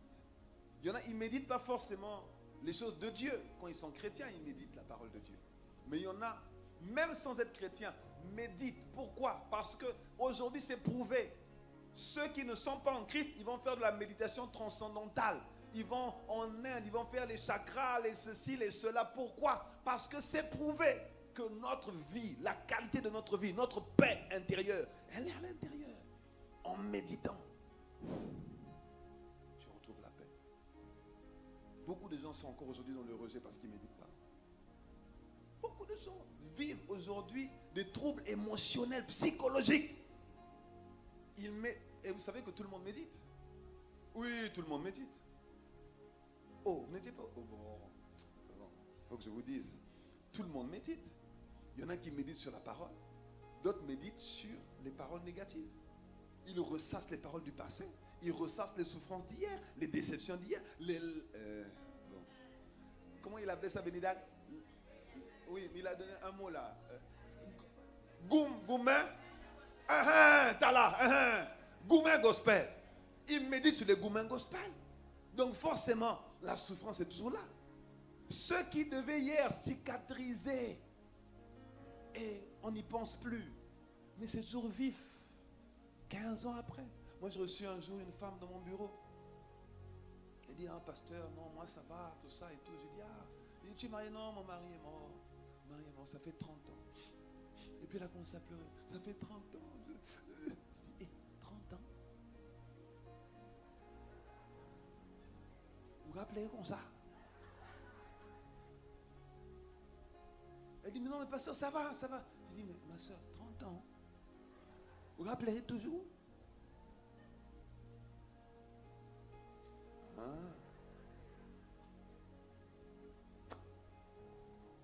Il faut méditer. Méditer sur la parole. Regarde, Proverbe 14, verset 22 dit, ceux qui méditent le mal ne s'égarent-ils pas? Mais ceux qui méditent le bien agissent avec bonté et fidélité. La qualité de ta vie dépend de la qualité de ta méditation. Quand on dit il faut repasser les paroles, reprends ces paroles, écris-les, médite-les, rumine-les, ressasse-les, arrose-les, entretiens-les. Refuse d'entretenir les paroles d'amertume. On t'a blessé, c'est vrai, mais passe. Passe. Let it go. Laisse passer. Laisse couler. Laisse couler. Médite les paroles prophétiques que tu as reçues. Les prophéties qui ont été libérées à ton sujet. Les paroles que Dieu dit sur toi. Tu es une créature si merveilleuse. Tu es le sel de la terre. Tu es une lampe qui a été allumée.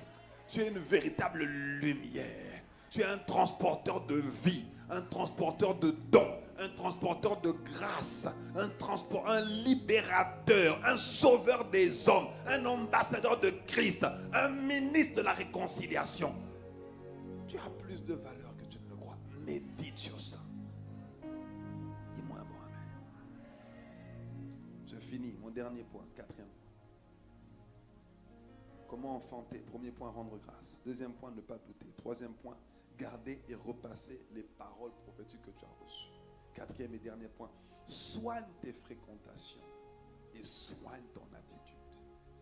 Soigne tes fréquentations et soigne ton attitude. Vous savez, dans Luc chapitre 1, l'ange Gabriel vient voir Zacharie, l'époux d'Élisabeth. Il lui dit, oh, Dieu a entendu vos cris. D'ailleurs, Élisabeth était déclarée stérile. Ça ne fait que étayer, encore renforcer ce que je disais tout à l'heure par rapport à la stérilité. Élisabeth était déclarée stérile. L'ange Gabriel vient voir Zacharie et lui dit, tu sais, vous avez prié, le Père a exaucé, on m'a envoyé venir t'annoncer que ta femme va devenir enceinte et elle enfantera un fils. Et vous l'appellerez Jean le Baptiste.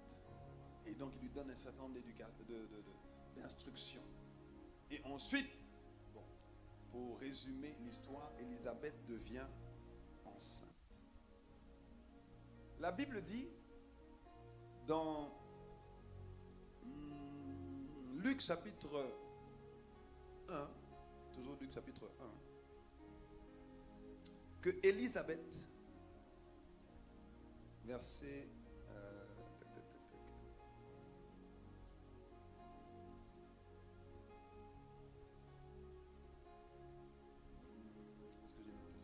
oui, voilà. Luc chapitre 1, verset 24. Quelque temps après, Élisabeth, sa femme, devint enceinte. Quand elle est devenue enceinte, elle n'est pas tombée enceinte, elle est devenue enceinte. Quand elle est devenue enceinte, qu'est-ce qu'elle a fait? Elle s'est cachée pendant 3 mois. Non, même pas 5 mois, pardon, excusez-moi. Oh, merci. Oh là là. Heureusement que vous suivez. 5 mois. 5 mois, n'est-ce pas? Quelque temps après, sa femme devint enceinte et se cacha pendant 5 mois. Pourquoi? On t'a déclaré stérile. Tout le monde sait que tu ne peux pas avoir d'enfant. Et en plus, là, tu es dans ta vieillesse. Tu deviens enceinte. Normalement, c'est une bonne nouvelle. Crie-le à tout le village. Annonce-le à toute ta famille. Dis à ta mère, maman, ça y est, la bonne nouvelle est enfin arrivée. C'est pourquoi on attendait. Ah bon, ma fille, c'est vrai. Oui, maman, c'est le moment. Je dis, ah bon? Mais annonce-le à tout le village. Mais non, Élisabeth se cache pendant. Regardez, le même ange Gabriel, il a parlé à Zacharie et à Élisabeth. Il va voir Marie. Oh Marie, une grâce t'a été accordée. Tu deviendras enceinte. Ton fils s'appellera Emmanuel. Il va sauver l'humanité. C'est le Fils de Dieu. Il dit, oh, qu'il me soit fait selon cette parole. Comment cela se fera-t-il? Le Saint-Esprit te couvrira de son ombre. Marie a dit, amen, je suis la servante du Seigneur. Qu'il me soit fait selon cette parole. Tout de suite après, qu'est-ce que Marie fait? Elle quitte le village. Elle ne va même pas voir Joseph pour dire, non, tu sais, Joe.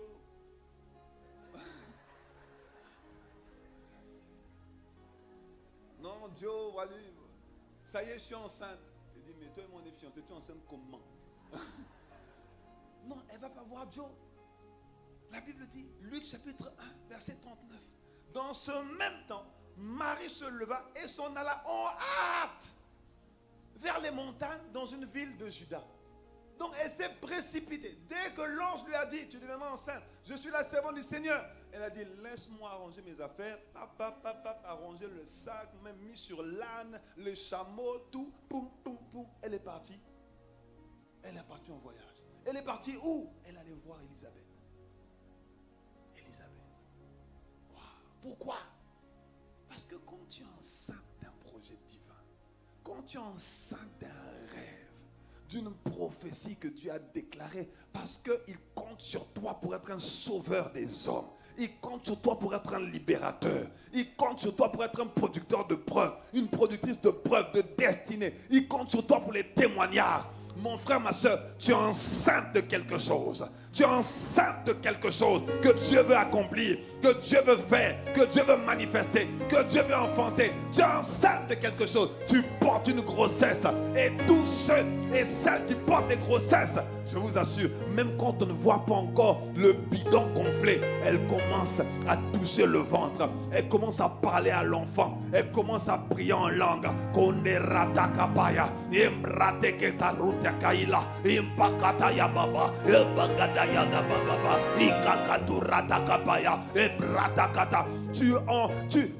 Tu arroses la grossesse. Oh, tu entretiens la grossesse. Tu nourris la grossesse. Tu protèges la grossesse. Tu fais attention à ce que tu vas manger, à ce que tu vas boire, à comment tu vas marcher. Tu fais attention à limiter les activités, certaines activités dangereuses. Pourquoi? Parce que tu es enceinte de quelque chose. Quand tu es enceinte, tu te caches. La plupart des gens s'attendent à ce que tu échoues. s'attendent à ce que, année après année, tu sois toujours la même personne. S'attendent à ce qu'il n'y ait aucun fruit qui sorte de ta vie. C'est comme ça qu'on t'a connu. Pas ni fruit. Toujours au même niveau. Même lutte. Même célibat. Ou même problème. Défis conjugaux. Même problème avec tes enfants. Rébellion. Souffrance. Désert. La plupart des gens qui te connaissent ne s'attendent pas à ce qu'il y ait une autre histoire qui sorte de ta vie. Mais Dieu envoie une parole. Ah, ma merveilleux Seigneur. Dieu envoie une parole.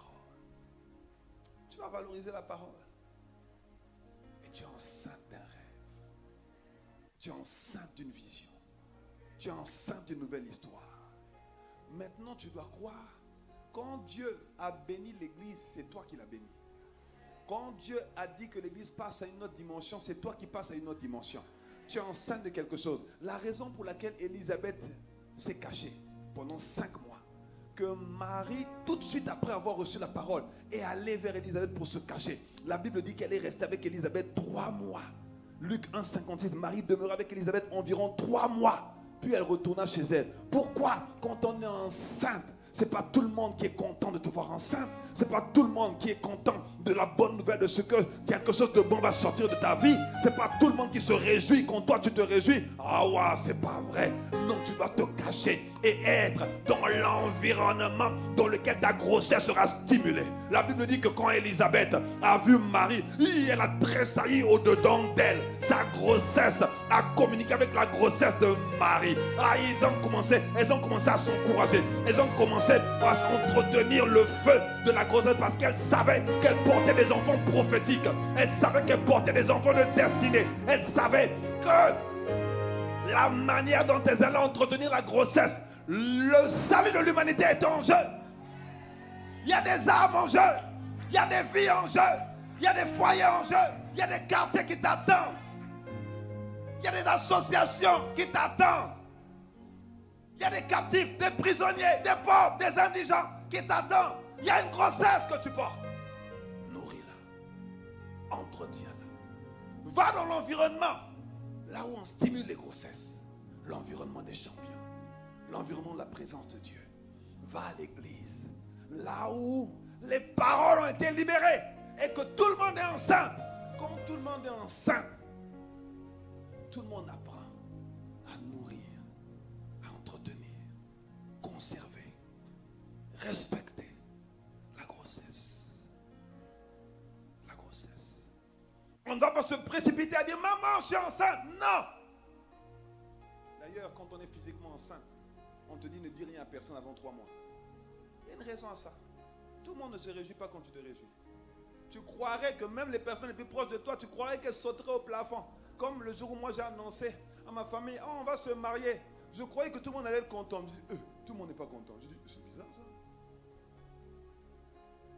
J'ai juste appris que ce qui est une bonne nouvelle pour toi n'est pas forcément une bonne nouvelle pour quelqu'un. Non, on veut à personne. Mais c'est une réalité. Une grossesse s'entretient, se nourrit, se conserve. On garde, on fait attention. On parle aux gens qui sont enceintes comme toi. Il y a des gens qui doivent sortir de tes contacts parce que eux, c'est des annonceurs de mauvaises nouvelles. Ils disent, ah, on dirait que tu vas perdre la grossesse. Hey! Est-ce qu'il n'y a pas des histoires de fausses couches dans ta famille? Hey! Arrière de moi. Va à l'église. Demeure dans l'environnement qui te fait du bien, qui nourrit ta grossesse, qui est à l'aise avec le fait que tu es un homme, une femme imparfait, mais qui peut produire des résultats extraordinaires. Fréquente les personnes qui ne t'appellent pas par tes défis et par tes défauts, qui ne te qualifient pas en fonction de ton passé, qui sont à l'aise avec le fait que tu as un passé, mais que ton futur soit radieux. Élisabeth et Marie se sont cachées, chacune de leur côté. Après, se sont retrouvées ensemble. Pourquoi? Parce qu'il faut être avec des gens qui stimulent ta grossesse, des gens qui entretiennent ton feu, C'est pour ça qu'on a commencé à se retrouver ici à 4 heures du matin. Nous, on est là depuis 4 heures. Tu me vois comme ça, tu as l'impression que je sors de la salle de bain. Mais je suis là depuis Kaya.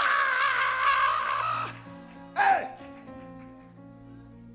Parce que je vous assure, au 31 décembre, je vais être le premier à témoigner. Oui, je vais être le premier à témoigner.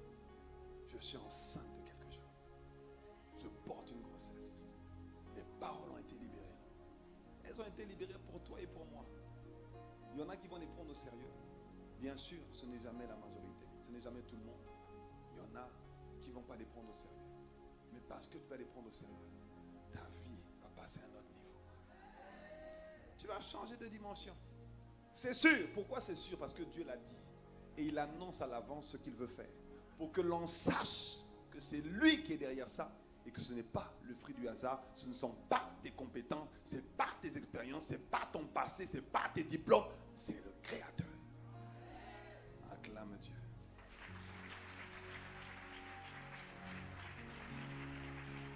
Oh, acclame Dieu, acclame Dieu.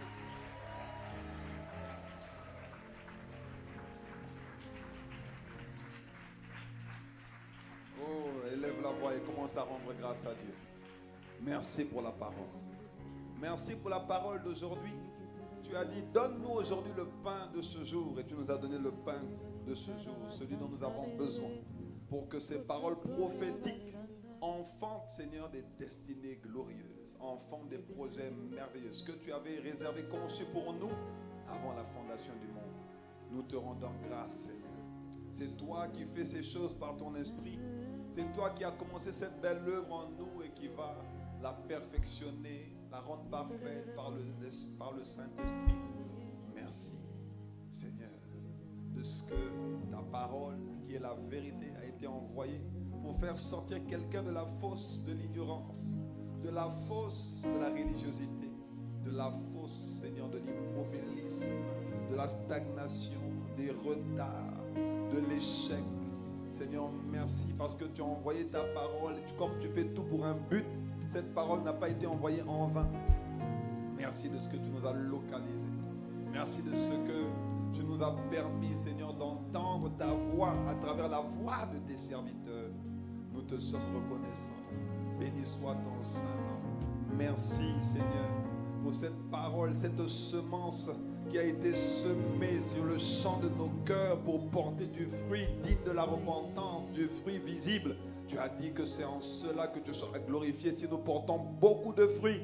Accorde-nous la grâce de porter du fruit avec cette parole de qualité que tu as envoyée par la bouche de ton serviteur, le révérend Bénidac. Bénis-le encore parce que il a été un instrument merveilleux entre tes mains pour nous parler, nous communiquer tes pensées pour la saison, nous permettre de nous préparer efficacement pour 2025, pour enfanter tes desseins divins, pour enfanter tes projets merveilleux, pour voir, Seigneur, une église glorieuse, voir le jour, naître, apparaître, être manifesté. Nous te sommes reconnaissants. Nous t'apprécions merveilleux, Seigneur. Reçois nos actions de grâce. Dans le nom de Jésus. Nous t'avons prié. Amen. Amen.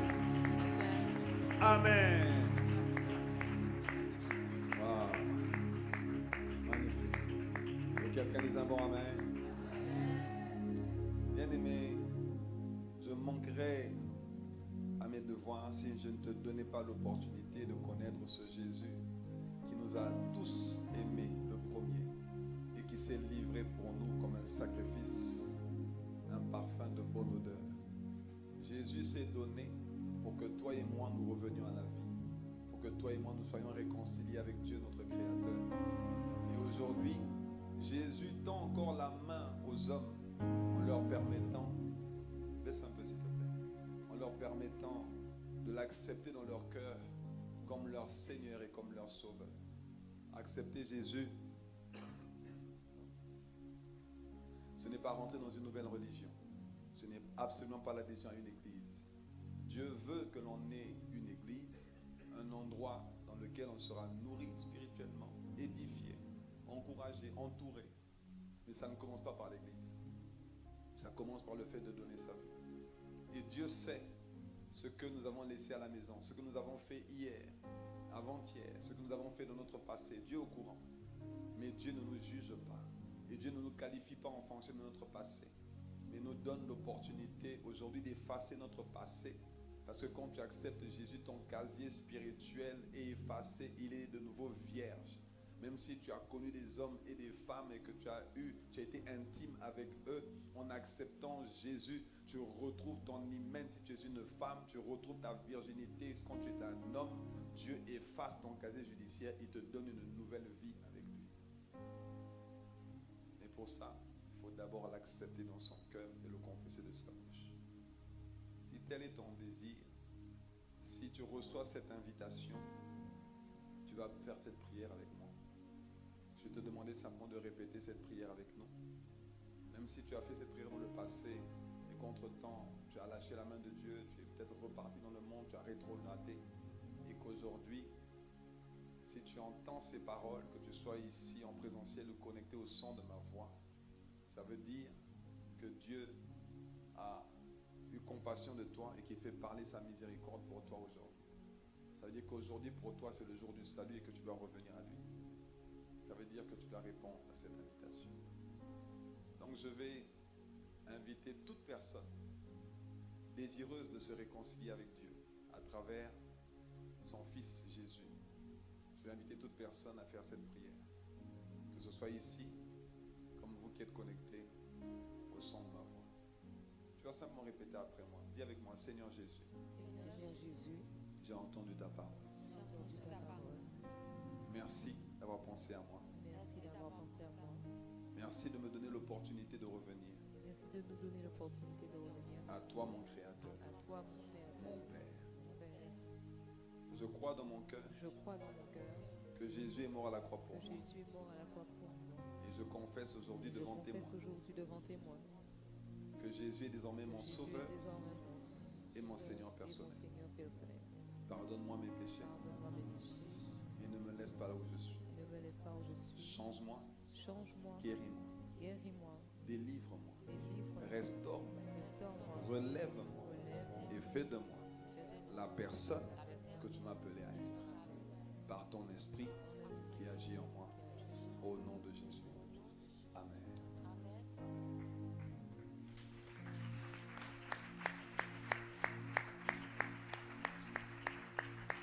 Si vous avez fait cette prière pour la première fois ou la énième fois, est-ce que vous pouvez juste lever la main là où vous êtes? Nous voulons seulement prendre le temps de prier pour vous. Waouh. Est-ce que vous pouvez lever la main bien haut? Bien haut. Waouh, magnifique. Magnifique. Alors, est-ce que je peux, s'il vous plaît, vous demander de venir devant? On veut simplement prier pour vous, pour que vous restiez attachés à Dieu, pour commencer une nouvelle vie avec Dieu. Venez, s'il vous plaît. S'il vous plaît. Est-ce qu'on peut les encourager à sortir des rangs?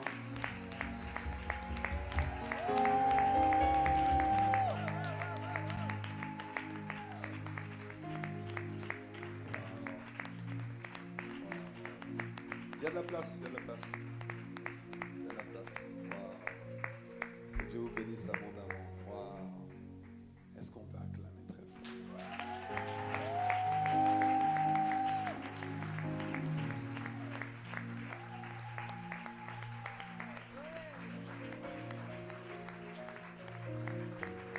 Nous allons tendre nos mains vers eux.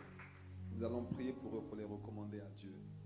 Parce que accepter Jésus n'est pas un acte anodin, ce n'est pas un acte ordinaire. Et le diable essaiera toujours de vous ramener en arrière.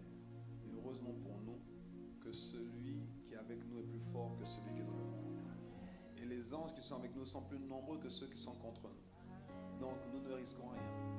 Il faut juste que nous restions attachés à lui, attachés à Dieu. Et c'est pour ça qu'on va prier, pour que vous restiez attachés à Dieu. Père, dans le nom de Jésus, nous voulons recommander ces bien-aimés à ta grâce. Nous prions, Père, pour qu'il y ait un avant et un après dans leur vie.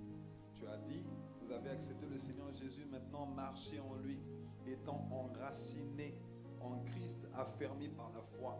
Seigneur, merci de les enraciner en Jésus, de les affermir par la foi, de les rendre inébranlables, de les perfectionner et de leur permettre d'être la meilleure version d'eux-mêmes.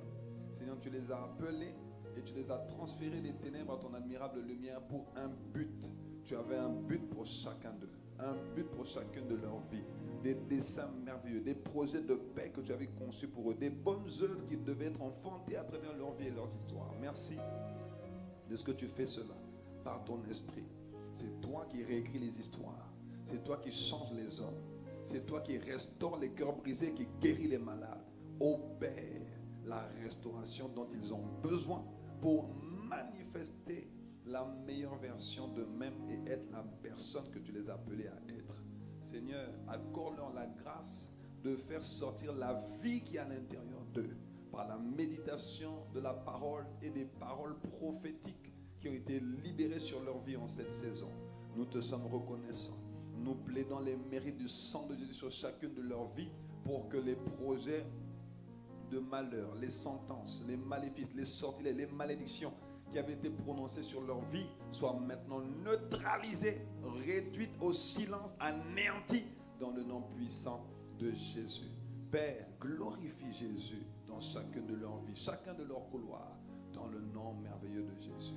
Que toutes les armes de Satan utilisées contre eux soient détruites et renversées maintenant dans le nom de Jésus. Que les trônes, les autorités, les autels qui parlaient contre eux soient réduits au silence et paralysés dans le nom de Jésus.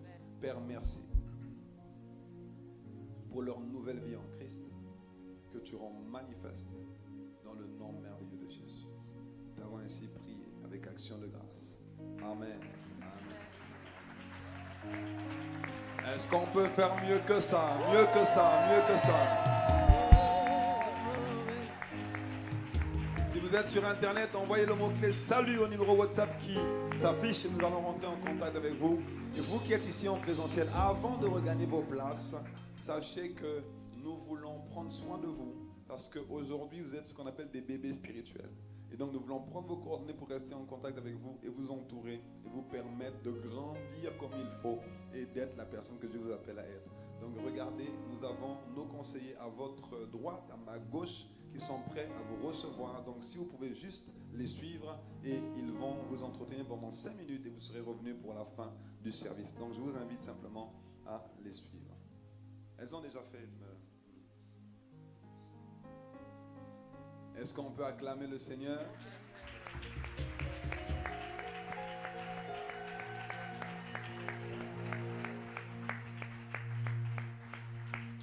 Amen. Je vais vous asseoir. Avant de vous asseoir, si vous avez vos offrandes, Éphésiens 6, verset 8, je vous invite à venir les déposer devant. Si vous avez vos vœux de fin d'année également, pour ceux qui en ont, je vous invite à venir les déposer devant. Nous prendrons le temps de prier pour cela à la fin. Allez, veuillez vous asseoir dans la présence de Dieu. Juste le temps pour moi de faire quelques annonces importantes, des annonces de fin, et nous allons procéder à la fin de ce deuxième culte de la journée. Donc, tout à l'heure, il a été dit, mais je veux rappeler que le ministère des hommes d'impact convie tous les hommes à son programme, le réveil des héros. Nous voulons voir les héros se réveiller. Et donc, juste là, s'il te plaît, merci. Donc, les hommes d'impact ont un programme qui a lieu demain soir à 19h ici à l'église. Ça s'appelle le réveil des héros. Donc, nous convions tous les hommes à ce moment important et nous voulons simplement passer un merveilleux moment dans la présence de Dieu entre hommes et nous allons prier, nous allons nous édifier mutuellement pour que cette année soit une année couronnée de succès. Amen. Et je rappelle également que nous avons les familles d'impact.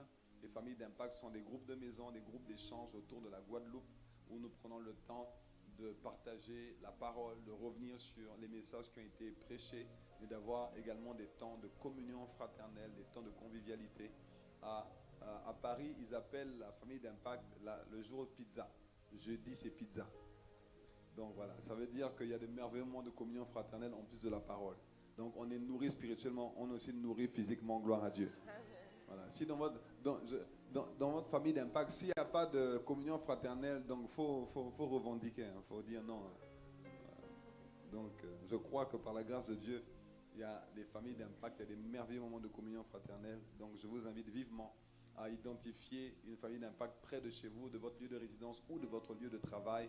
La liste est affichée sur le tableau à la sortie sur la droite. Et vous avez également les stands, le point info, où vous pouvez recevoir la liste des familles d'impact autour du territoire. Amen. Samedi prochain, samedi 1er février, nous avons l'événement mensuel que nous appelons Commandant au mois. Pourquoi Commandant au mois? Parce que tous les débuts de mois, tous les premiers jours de chaque mois, nous faisons cette prière spéciale pour recommander le mois entre les mains du Seigneur. Dieu a dit à Job dans Job 38, as-tu commandé au matin? As-tu montré sa place à l'aurore? Et il faut secouer les méchants comme un vêtement. Ça veut dire que tu peux donner une forme à ta journée comme tu peux donner une forme à ta semaine et tu peux également donner une forme à ton mois. Et commandant au mois, c'est le temps de prière pendant lequel nous venons donner une forme à notre mois pour que Dieu saisisse les extrémités du mois et que chaque jour du mois nous puissions vivre ce que Dieu a prévu et non pas ce que l'ennemi a prévu. Amen. Donc samedi 1er février de 5h à 6h ici à l'église et sur notre chaîne YouTube ICC TV Guadeloupe, nous avons le programme de prière Commandant au mois. Et bien sûr, désormais, nous avons Opération Voix prophétique le dimanche à 4h du matin en présentiel. Uniquement en présentiel où nous venons recommander la journée et prier pour que le règne de Dieu s'étende, pour que les desseins merveilleux de Dieu s'accomplissent dans la journée, mais surtout sur le territoire dans lequel Dieu nous a établis. Amen. Et nos cultes de célébration du dimanche, 7h30, le premier culte en direct sur notre chaîne YouTube et en présentiel, et 10h30, le deuxième culte uniquement en présentiel, et le culte des jeunes prodiges tous les dimanches à partir de 15h. Et donc aujourd'hui, 15h, nous avons encore un culte des jeunes qui aura lieu. Amen. Et pour terminer, je rappelle que nous sommes dans un programme de prière spécial, 40 jours pour consacrer l'année à Dieu. Donc nous nous retrouvons du lundi au vendredi en présentiel de 5h à 6h, sur Zoom de 12h30 à 13h30 et la nuit de minuit à 3h également sur Zoom pour le programme Agonizomai. Agonizomai qui veut dire lutter, combattre et qui veut dire simplement payer le prix pour que nous puissions voir les desseins de Dieu manifestés dans nos vies.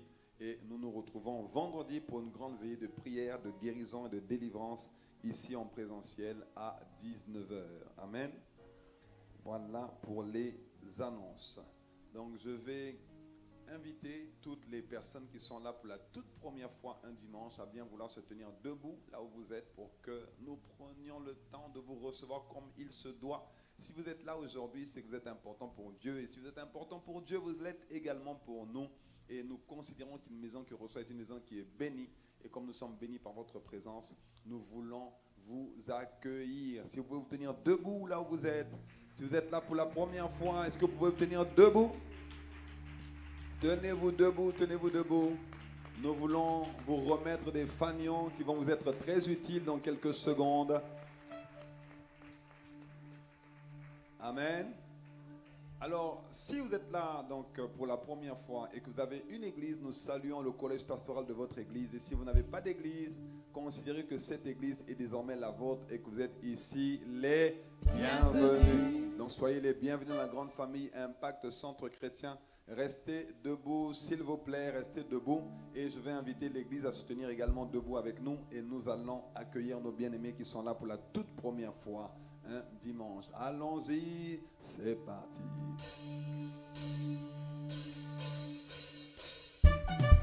Hey! Oh! Hey! Bienvenue! Bienvenue, bienvenue. Où ça? À Impact Centre Chrétien. Soyez les bienvenus ici. Bienvenue, bienvenue, bienvenue. Ici. À Impact Centre Chrétien. Seigneur, Seigneur, nous te consacrons nos frères et sœurs venus dans ta Allons-y, bénissons. Seigneur, nous te consacrons nos frères et sœurs venus. Allons-y, c'est parti. 1, 2, 3, allons-y. Bénissons-les. Agitez les fanions, agitez les fanions, agitez les fanions. Bénis-les, bénis-les. Abondamment. Bénis-les. Dans leur foyer, dans leur famille. Bénis-les. Seigneur, tu vois ICC ici rassemblés Bénis-nous. pour te louer en Bénis ton esprit et frère, en ta soeur, vérité. ton voisin, ta voisine. Seigneur, tu vois ICC partout connecté. Puis de bénédiction sur pour chacune te de nos louer en vies. esprit et en Maintenant. vérité. Bénis-nous.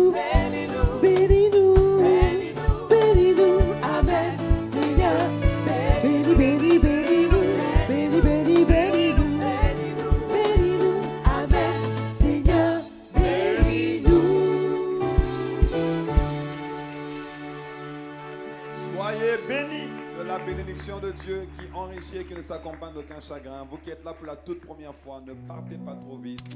Nous voulons encore prendre 5 minutes de votre temps à la fin de ce culte. S'il vous plaît, nous vous demandons de bien vouloir rejoindre nos invités.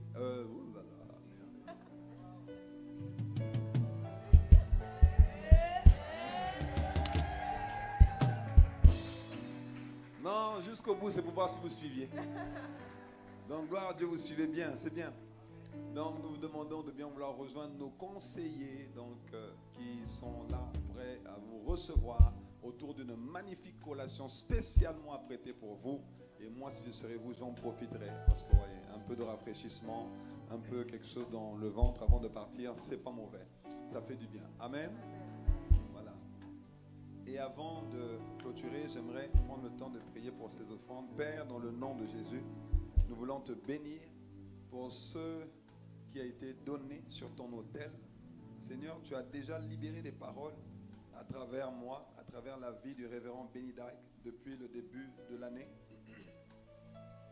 Confirme ces paroles et tends ta main, Seigneur, sur la vie de ceux qui ont apporté librement et sincèrement de tout leur cœur. Seigneur, rencontre chacun au carrefour de leurs défis et de leurs attentes dans le nom de Jésus. Seigneur, étends ta main pour qu'il y ait des percées surnaturelles, des victoires, qu'il y ait des démonstrations de preuves dans le nom puissant de Jésus. Merci pour les ouvertures de portes. Merci pour les percées surnaturelles. Merci pour les victoires sur le péché. Merci, Seigneur, pour les âmes qui, à travers cette offrande, vont être touchées et gagnées. Et tends ta main, Père, pour que leur vie ne soit plus jamais la même et qu'il y ait une bénédiction particulière qui soit libérée dans leur vie et dans leurs histoires au nom puissant de Jésus-Christ de Nazareth. Nous lions les esprits de pauvreté. Nous interdisons l'accès à Satan sur leurs finances, leurs ressources, leur vie et leur témoignage dans le nom puissant de Jésus. Que ta main soit étendue sur eux.